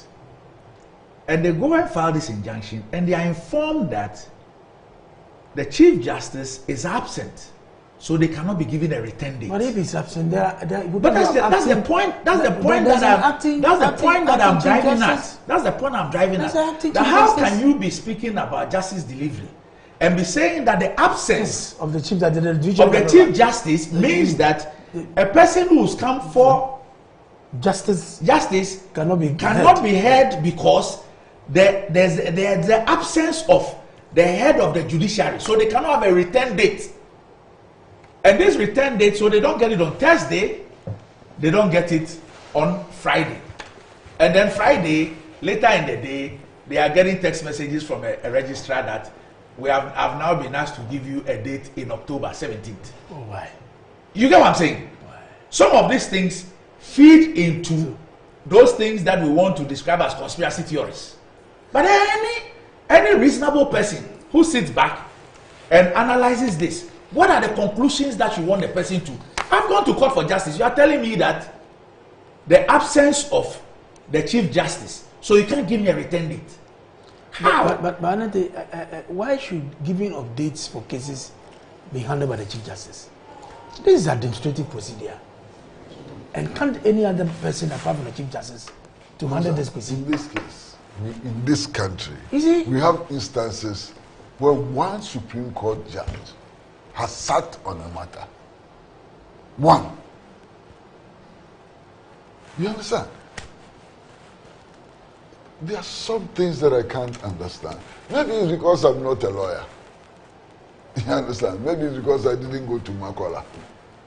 But you see, even as I didn't go to Makola, the lawyers themselves agree that the law must make sense to people like me. Because if it doesn't make sense to people like me, what is the value? The law is being applied on my behalf as a citizen. There are some of these things I just can't understand. And I think it's important that we are all very, very careful, because the consequences may not be pleasant for especially people like me. Another, let me come in.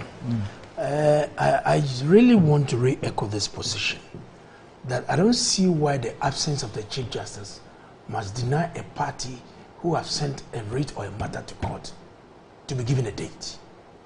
Does it mean that when the Chief Justice travels, she goes with everything? Of course, we there's even somebody. know that. We even know. Of course, depending on the practice, we're even told that anytime the Chief Justice is away, I think the senior most judge of Supreme Court acts. So my point is that how can the absence of a person, the Chief Justice, be a reason why a litigant in a matter cannot have a return date? I can't believe that. Have you read the newspapers today? Yes, which one? Which of them? I can't believe that. The headquarters of the Methodist Church. Yes.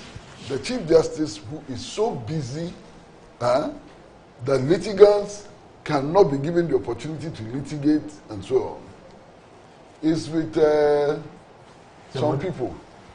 Doing what? Inaugurating the new headquarters of the Methodist Church. Maybe she has returned from her travel.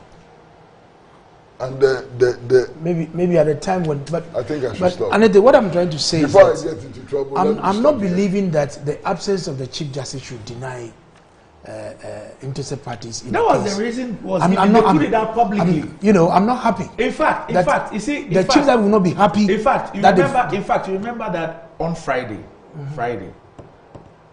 former President John Mahama tweeted about this particular issue. The fact that they had filed a case the previous day, and the absence of the Chief Justice has been used as a reason why they cannot be given a return date. And he cited that as one of the reasons of these judicial issues. Hours after that, the lawyers of those who filed the cases then received text messages from a registrar that they've now been given 17th October to give to them as a return date. You see, back to this. I was part of the members of the appointment committee. That so after the exercise has been completed, what is the court going to determine? Yes. Kwesi. Yes. What is the court going to determine? Knowing the Chief Justice. You see, 1 minute. You see, this. I agree with the court with the speed with which they had the Jowais issue matter, because it was extremely important. Just like that, it was a decision that was being taken there and then. So the speed with which the Supreme Court heard the matter and determining within 24-48 hours, I applaud them. I think it is good. But guess what? How then do you justify the same Supreme Court in the Domelevo matter over wrongful act by the president in dismissing him? It takes 2 years.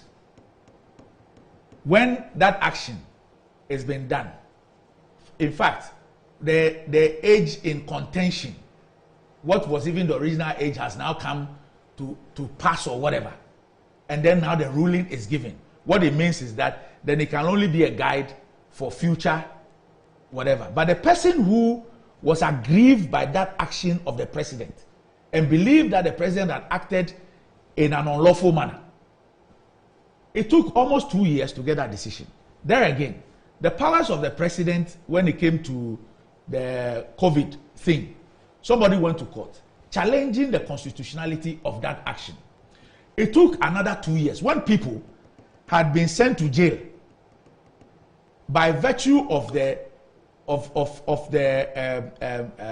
disrespect to the by virtue of carrying out the powers given to the president under those laws. People had been taken to court, people had been sentenced. And then it takes this period for that ruling to come. Once again, for future purposes. And I think we are all speaking from the same... Then, in the same manner, the same parliament, another group from parliament then goes to court. Anette, you are the moderator. And then till today. You are the moderator. Leave us. No, that's... I'm putting out... You give authorities and information. It's okay, it's okay. You leave it for us. He's not just an ordinary moderator. From the beginning of this show, he has always been a participating... So allow us to do more of the talking. Then once in a while you. No, I'm just giving you. I'm just giving information. What the information is. And I'm saying, you see, all of us. I agree with you. I shared your pain and your concern, just like any other Ghanaians and all those who are watching us. We are not in support of whatever is happening, clearly. And I was saying that I was part of the appointment committee members that vetted the current Chief Justice, and knowing this lady, this noble woman, that should not tolerate such things. Why should Supreme now the Chief of Justice? And knowing her, I was part of that. I asked her several of questions that she will not be happy of what is happening. Why should her absence create this problem?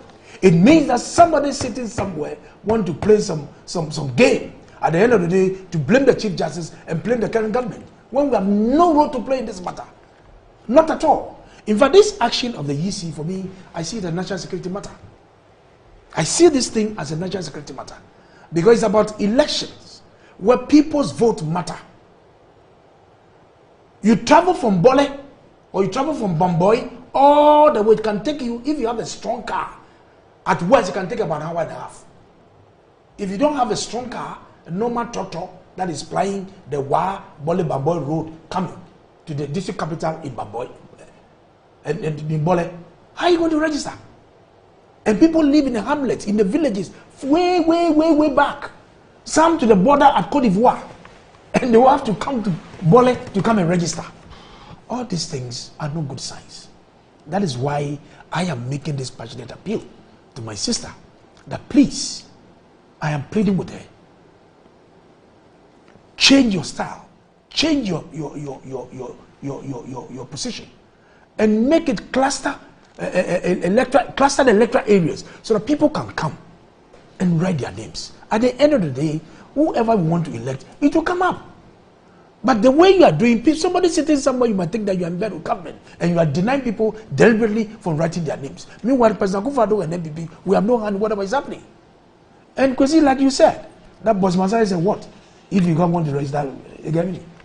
Voting is not compulsory, so if you don't want to register, no. That is not a good language. That is not a good language. You are a leader, you are leading, you are serving. I guess he was saying that in response to why district offices and why not the electoral areas. Yes. But that alone, Anette, I don't know what pressure was on his head, but I think that it is not a good language. So I will appeal to him. When you are under pressure, sometimes you need to manage things well. I wonder how many marks he will give a student in his political science class if a student gave that as an answer. Because elections are not compulsory, there's no big deal if the Electoral Commission does limited exercises in districts and not electoral areas. In as much as the Constitution gives the EC power to operate, when they are doing things that is inimical, when they are doing things that will not serve the entire interest of the nation, there's a need for us to draw their attention. So I think the coordinator of national security or the minister Kandapa must invite her. Say, please, madam, what you are doing is not good for us. Take your time and do the needful, do the cluster electoral areas. The minister will be in trouble. They'll be shouting all over the place that is interfering. And what is interfering? But he's the security. He's in charge of security. And all these things. The minister who went to court and went and told them that, look, if every time you give judgment, it's one way, you create a certain perception. You saw what they did to him. And he should go back again and call the electoral commissioner. That is court. That is court, Anette. That is court. But this one is an institution. And your work that you are doing is raising some concerns and eyebrows. The last time we came, you remember one chief also spoke about it. Yes. There was a chief, Gosumahini. He touched on this matter. Look, madam, expand this registration process. If you are a Kratema gown, you are in Bukom when you are crossing, you don't see it. But travel outside and you see. If you are in my constituency, you see. I was to Central. Right? And the people are living on the river, the water river. It's from Pig Farm to Circle. Finish. Finish. You can walk.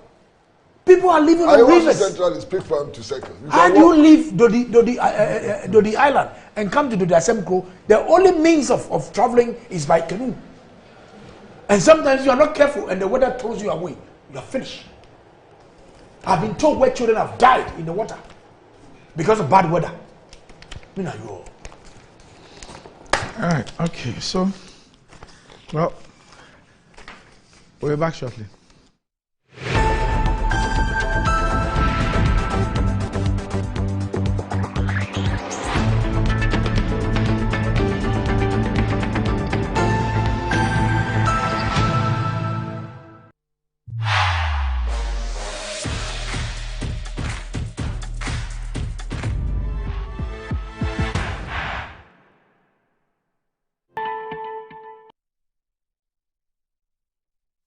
Ready for something refreshing and great tasting? For your kids' enjoyment? Angel Cola. For your graduation enjoyment? Angel Cola. Beach hangout? Angel Cola. For all your refreshing moments? Angel Cola. For your parties, get-togethers, events, and celebrations, enjoy a chilled bottle of Angel Cola. Radio Grandma, today is your day. Over to you. Thank you. Enjoyment Cola. The Enjoyment Cola. Enjoy all your moments and fun time with Angel Cola. This advert is FDA approved. ECG is now cashless. My studio lights are always on.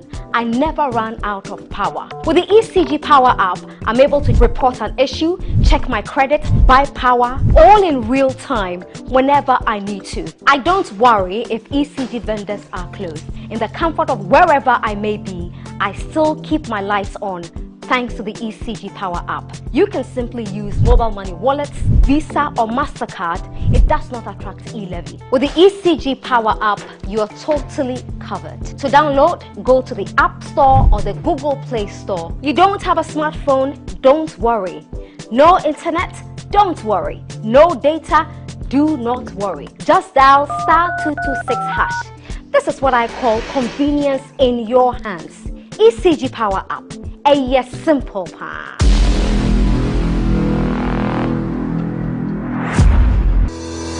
Enjoy the fruits of your labor, they say. But as humans, aging and physical is a necessary imperative for vertical mobility. Do not let aging or infirmity limit you. Get one for your easy vertical mobility at home. It's affordable and can be installed in just 3 days without modification to your existing building. It's however easier to incorporate it at the construction stage. We also have traditional Fuji elevators and escalators for your high-rise buildings and malls. Visit Lifts and Elevators Company Limited at Sakumono for your elevators nationwide. For free consultation to call or WhatsApp us on 0200-535-515. Lifts and Elevators, the elevator people.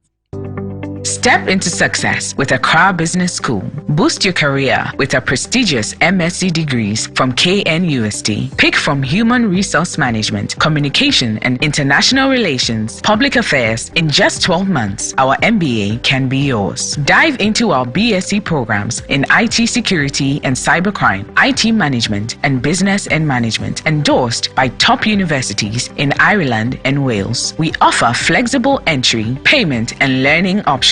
It's time to unlock your potential and take flight. Visit www.abs.edu.gh or dial 0263-888-555. Let Accra Business School elevate your future today. To help meet your business and private printing needs successfully, we have just the right products and services. At Appointed Time Printing Limited, we specialize in digital printing, offset printing, packaging and security printing. Our innovative designs and complete professional touch on our print products such as posters, flyers, brochures, magazines, poll cards and any other print solution of your choice ensure that our customers are always happily connected to their audience. With our security printing section, our clients are assured of a highly secured and confidential work process from start to finish. At Appointed Time, our prices are very competitive. Locate us at the old GNTC building near Swansea Shopping Arcade, Accra. Contact us on 0501 454165, 0501 454167. Appointed Time Printing Limited. Our printing is a solution. Betway is your gateway to a theme park full of gaming excitement. A whirlpool of wonder where your favorite games come to life. Where you can take to the skies with max payouts that reach into the millions. All in the palm of your hand. Visit betway.com.gh. Terms and conditions apply. Betway is regulated by the Gaming Commission of Ghana. No under 18. Bet responsibly. Betway. Bet your way. My name is John, and this is my long-time crush, my cookie dipped in strawberry yogurt. On this scorching hot afternoon on our way back from a long job hunt, we met this good Samaritan who offered us 6 weeks later. A special wedding reception for our bride and groom. And there she is, my cookie, dipped in someone else's yogurt. Who holds the moolah, calls the shots, play game by games, the easiest lottery to play and win. phone numbers from 0 to 9 up to 3 times daily to become one of our daily lucky winners. Dial *946# to play now, or you can also play online at www.gamepackgames.com. Game Park is regulated by the National Lottery Authority. Inside Black Star Press Limited. Grow inside the invective minds, evolving concepts, and the creative trends. The printing press you need now. Witness the beauty, diversity, and natural wonder with our works. Inside Black Star Press Limited, in association with Lionhead Group of Companies. Call us now on 0200-880-000 for all your print works. Black Star Press Limited, a worldwide reputation for quality printing. My son, there's more blessing in giving than receiving. When you fear for you and cover the makers in Sranu. The pneumatological aberration of the Lord revealed unto me this night that me and my household should go out into the world and bless the world. Makers Electronics Company Limited. I'm up to 67% discount. Our selected appliances. This is what I call quintessential immaculatability. The Makers Electronics Company Limited. Taifa Burkina Highway. Amasama Zongo Junction. Edike Pharmacy Dining. Oyer Fateman Boga Junction. Ashaman Falco Flat. Kumasi. Ahinema Kokobin. Asafu Bwachi Hospital Junction. Sakrani. Kuma. Number 9 Market. So and tell mom and dad about the Makers Blessing Attack program. From 0552 222 253 and 0552 222 254. Terms and conditions apply.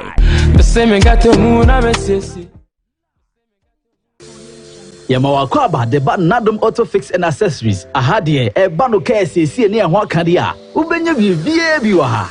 Care bian in the house and in your here. Yansu ye were winning the four or best son ye amount. Nadum Auto Fix and Accessories ye jume did ye. 24/7 ye CCU engine, brake, battery, yes a tie. Say bano car wash dia. Je wo abefun fidelity say steamer ye the whole car engine abra nsuo nko engine nim ye san ye detailing metre say ye betwetwe car no mu ba bia ma o ye wi a ye san polish car na ma o kama enye we no nko ye san to car batteries, tires, rims any de keke kan Manadum Auto Fix and Accessories ema wo car ensi ne dadem na enwu adwuma ma o hwehwe ye chira kwan wo dansoma na sorry dan ho a ene KFC bon hwanimu e won kran se wo information anansem bi se bia 024 651 9369. Nadum Auto Fix and Accessories. O kwan so young kwop.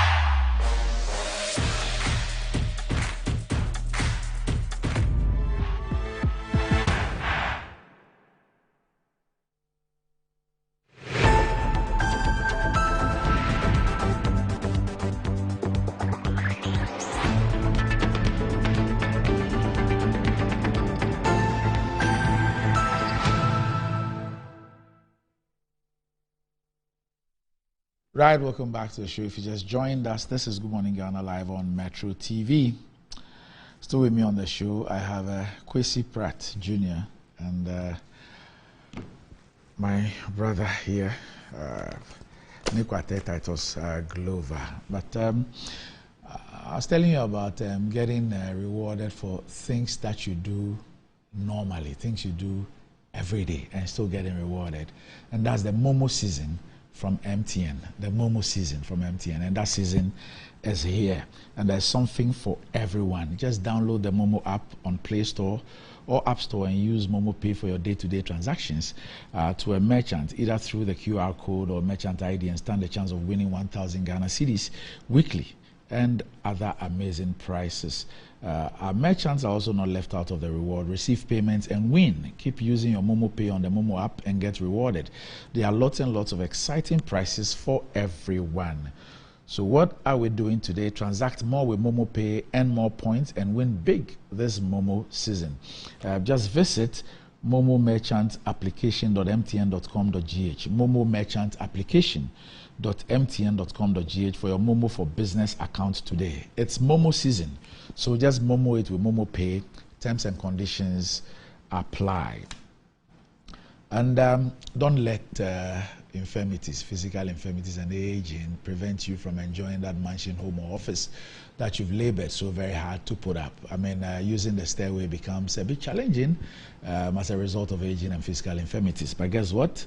The PVs, that are portable American pneumatic vacuum elevators, are here. Simple to use self-supported elevators for vertical movement of humans and goods at homes and offices. And you can get one for your easy vertical mobility at home. It's affordable and can be installed within 3 days with modifications to your building. So simply visit Lifts and Elevators Ghana at Sakumon for your solutions and free consultations. You can also reach Lifts and Elevators on 0200-535-515 or email at elevatorsgh@gmail.com. And boost your career with some prestigious educational qualifications, and you can do this with Accra Business School by enrolling for the MSc degrees from KNUST. You can choose from Human Resource Management, Communication, International Marketing, International Relations, Public Affairs, or IT Management. In just 12 months, the MBA can be yours. Dive into the BSc programs in IT Security and Cybercrime, IT Management and Business Management, endorsed by top universities in Ireland and Wales. The Accra Business School offers flexible entry payment and learning options convenient to you. It's time to unlock your potential and take position. Visit www.abs.edu.gh or call the Accra Business School on 0263 888 or 0263 888 Or you can pay them a visit at the campus, Spintex Road, Christ Square. Let Accra Business School elevate your future today.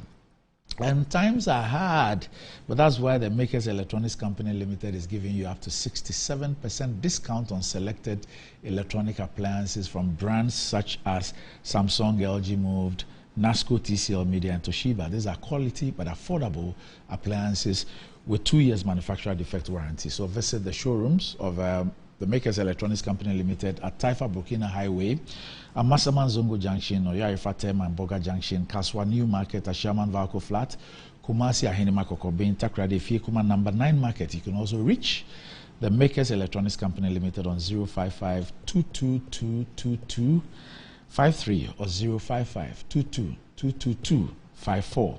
The Makers Electronics Company Limited, large and in charge with quality but affordable home appliances and consumer electronics. Terms and conditions apply. And if it's about printing, the Black Star Press Limited is the latest printing press facility in Ghana with a state-of-the-art equipment to help you grow your business.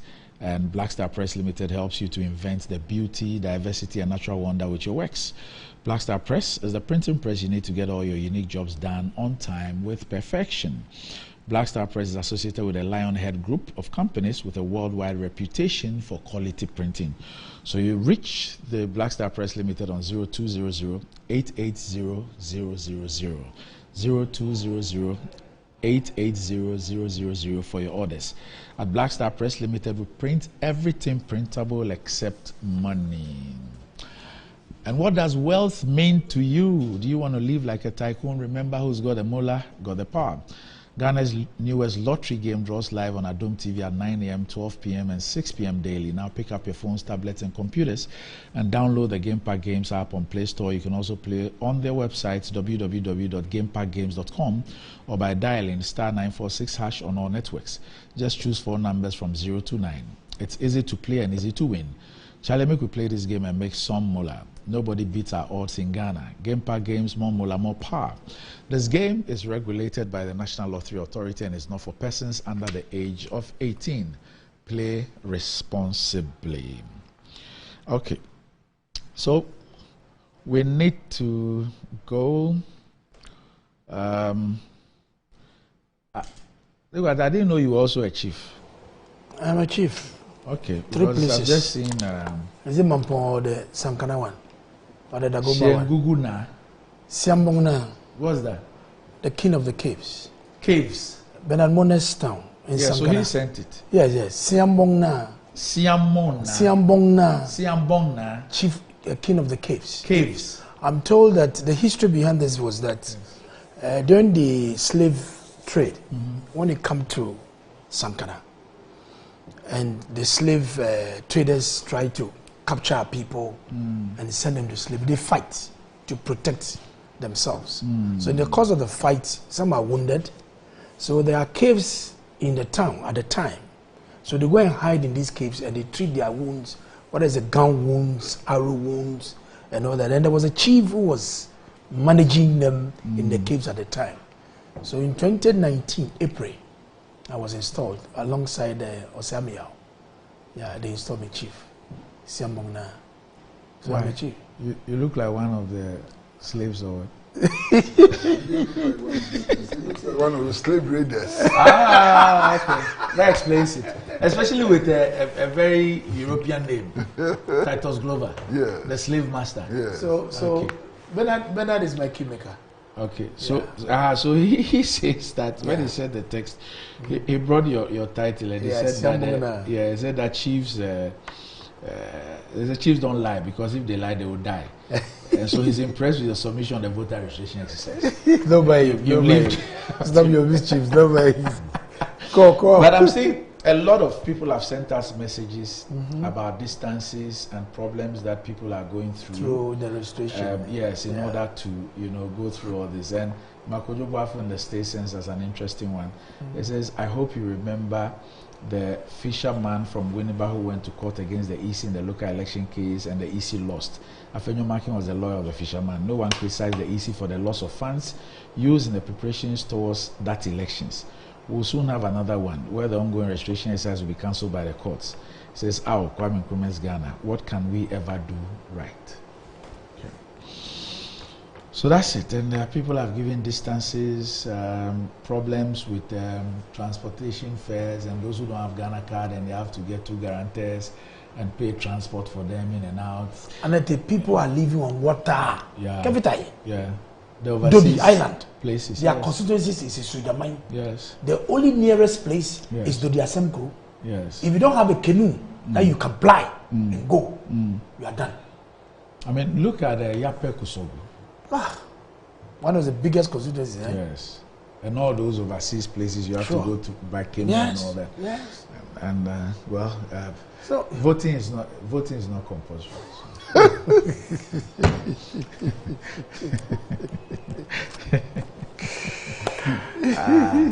Valco CEO, right? Yes. Is this company still there? Which one? Aluwex. Aluwex is down now. Aluwex is still down. That's my former working place. Okay. That's what Kogu came to. Kwesi came and Aluwex. It sounds as one time we were going to organize demonstration. Okay. My management were denying me. Because you have to come in. Okay. Way back. Okay. Yeah, Shishi. I mean, there's a bit of a gun slang in that. Aluwex. Anyway. Aluminum wax. Yes, but I'm saying that the Aluwex, there's a bit of a gun. You can get a bit of gun in it. Or you don't get it? I don't get it. Tell me what Aluwa. I don't want to be alone. I'm next GMG trans.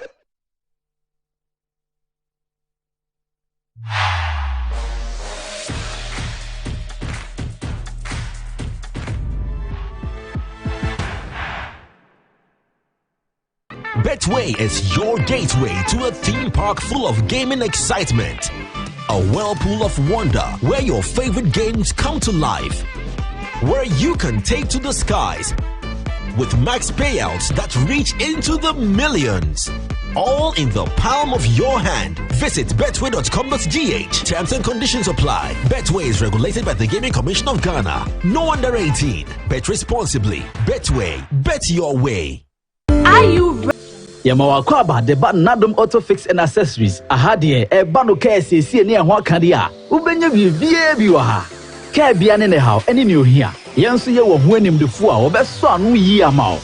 Nadum Auto Fix and Accessories, ye jume did ye. 24/7. Ye says your engine, brake, battery, yes, a sound tie. Say bando car wash dia. Yawo abefun fidelity says steamer ye the whole car engine abran sion core engine nim ye san ye detailing metre say ye betwitwu car no mu ba bia ma ye hia ya san polish car na ma kama enye we no munku ye san to car batteries tires rims any de keke kan Manadum Auto Fix and Accessories ema wo car ensi ne dedem na nwu adwuma ma o hwehwe ye kira kwan wo dansoma na sorry dan ho a ene KFC bon hwanimu e won kran se wo information anansem bi se bia 024 651-9369 Nadum Auto Fix and Accessories. My son, there's more blessing in giving than receiving.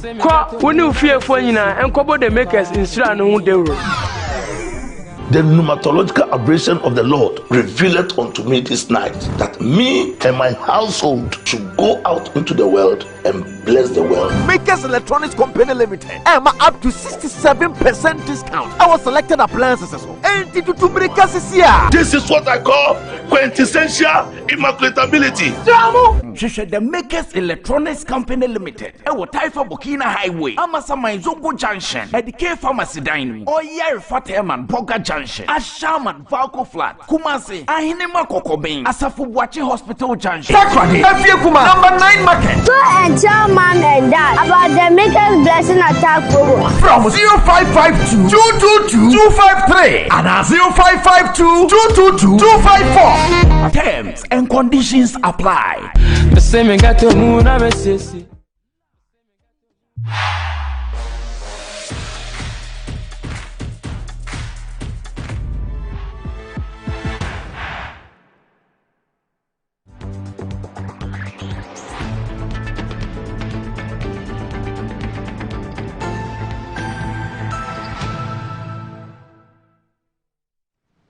Welcome back to the show. If you just joined us, this is Morning Ghana Live on Metro TV. Time to check out what is trending on social media with Desi. What's exciting? Is it your birthday? No, dog. Or Kumasi's birthday? No, dog. Obina born in you. Daddy Lumba. And it was very quiet, no. I thought you were going to sing. When you started, I thought you were going to sing the other one. Which one? The Annie one. No. The perfume I can Oh, that one. I know, dog, but now I'll hold on. I'll hold on to that one.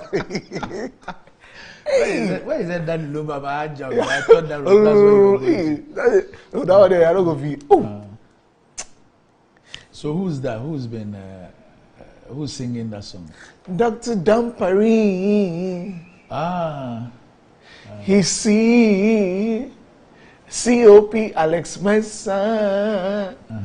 Say, my brother, I smile to you, but you should do me, me your head. Have you seen the IGP singing before?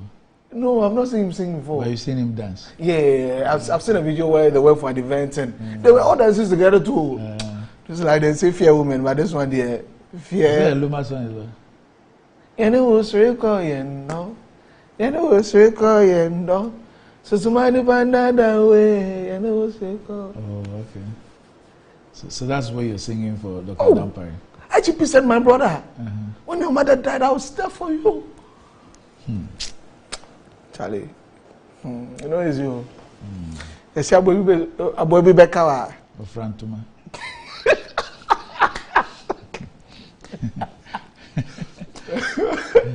Don't go Frantuma way. It's one way. Where do you show uniform? You know what? So IGP Dampari has been training since yesterday after he met the committee, right? He got everybody much at a point in time. I was checking social media yesterday, and everybody was like, oh, Dr. Dampari, like he's so emotional right now, like he's going to cry. But the tears really didn't come. It was just like very emotional that his friends and colleagues, would say such thing about him. But a lot of people have things to say about, his appearance. So let's just take a look at some of the comments on social media. This one says, as I sat through the whole process of grilling IGP Dampari, something struck me. A good man being destroyed by men filled with overwhelming evil. It's sad. That's from Nino. This one from Silbama Pokasi says that, honest observation, I have to admit that IGP Dampari discharged himself very well before the parliamentary committee yesterday. His responses, body language depicts a smart and intelligent man. I'm afraid his accusers will have it tough when cross-examined.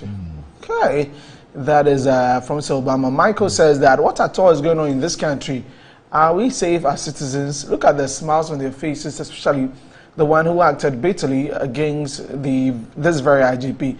fellow Ghanaians, should I trust the Ghana Police Service?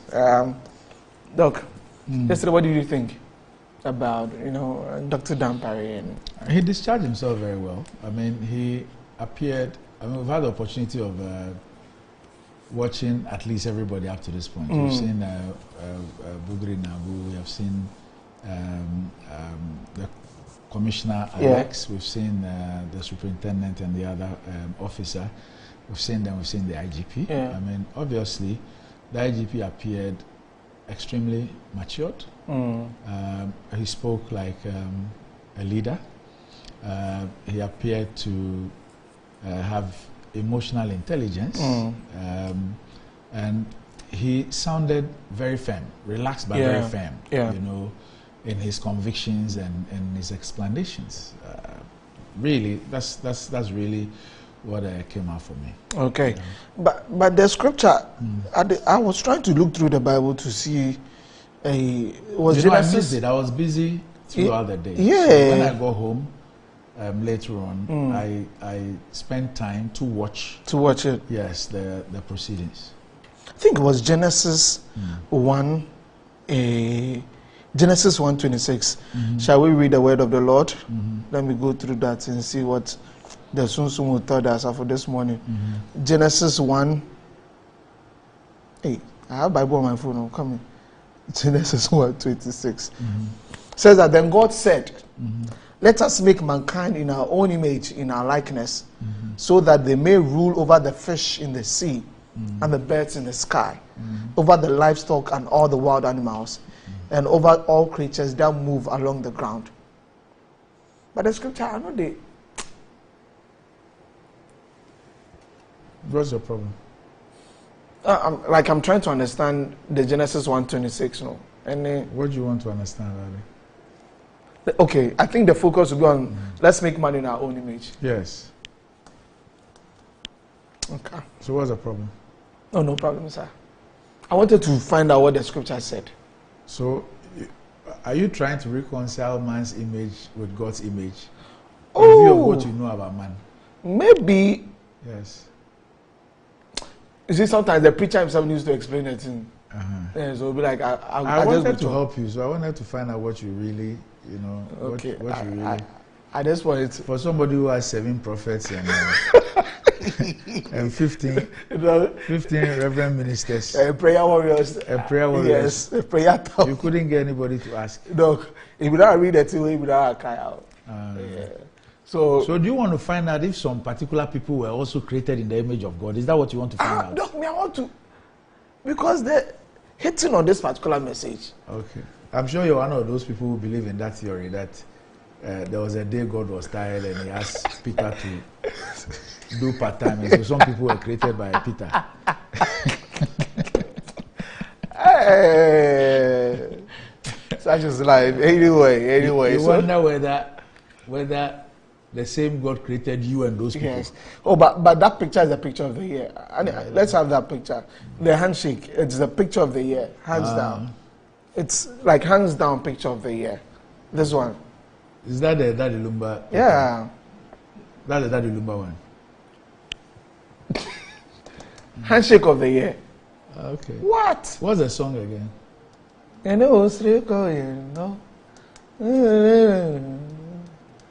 Anyway, okay. We'll see today. We understand that Bugri Nabu is going back to the committee. Who? Bugri Nabu. Okay. Yeah, so we'll see what happens. Do you know what Nabu is in Ghana?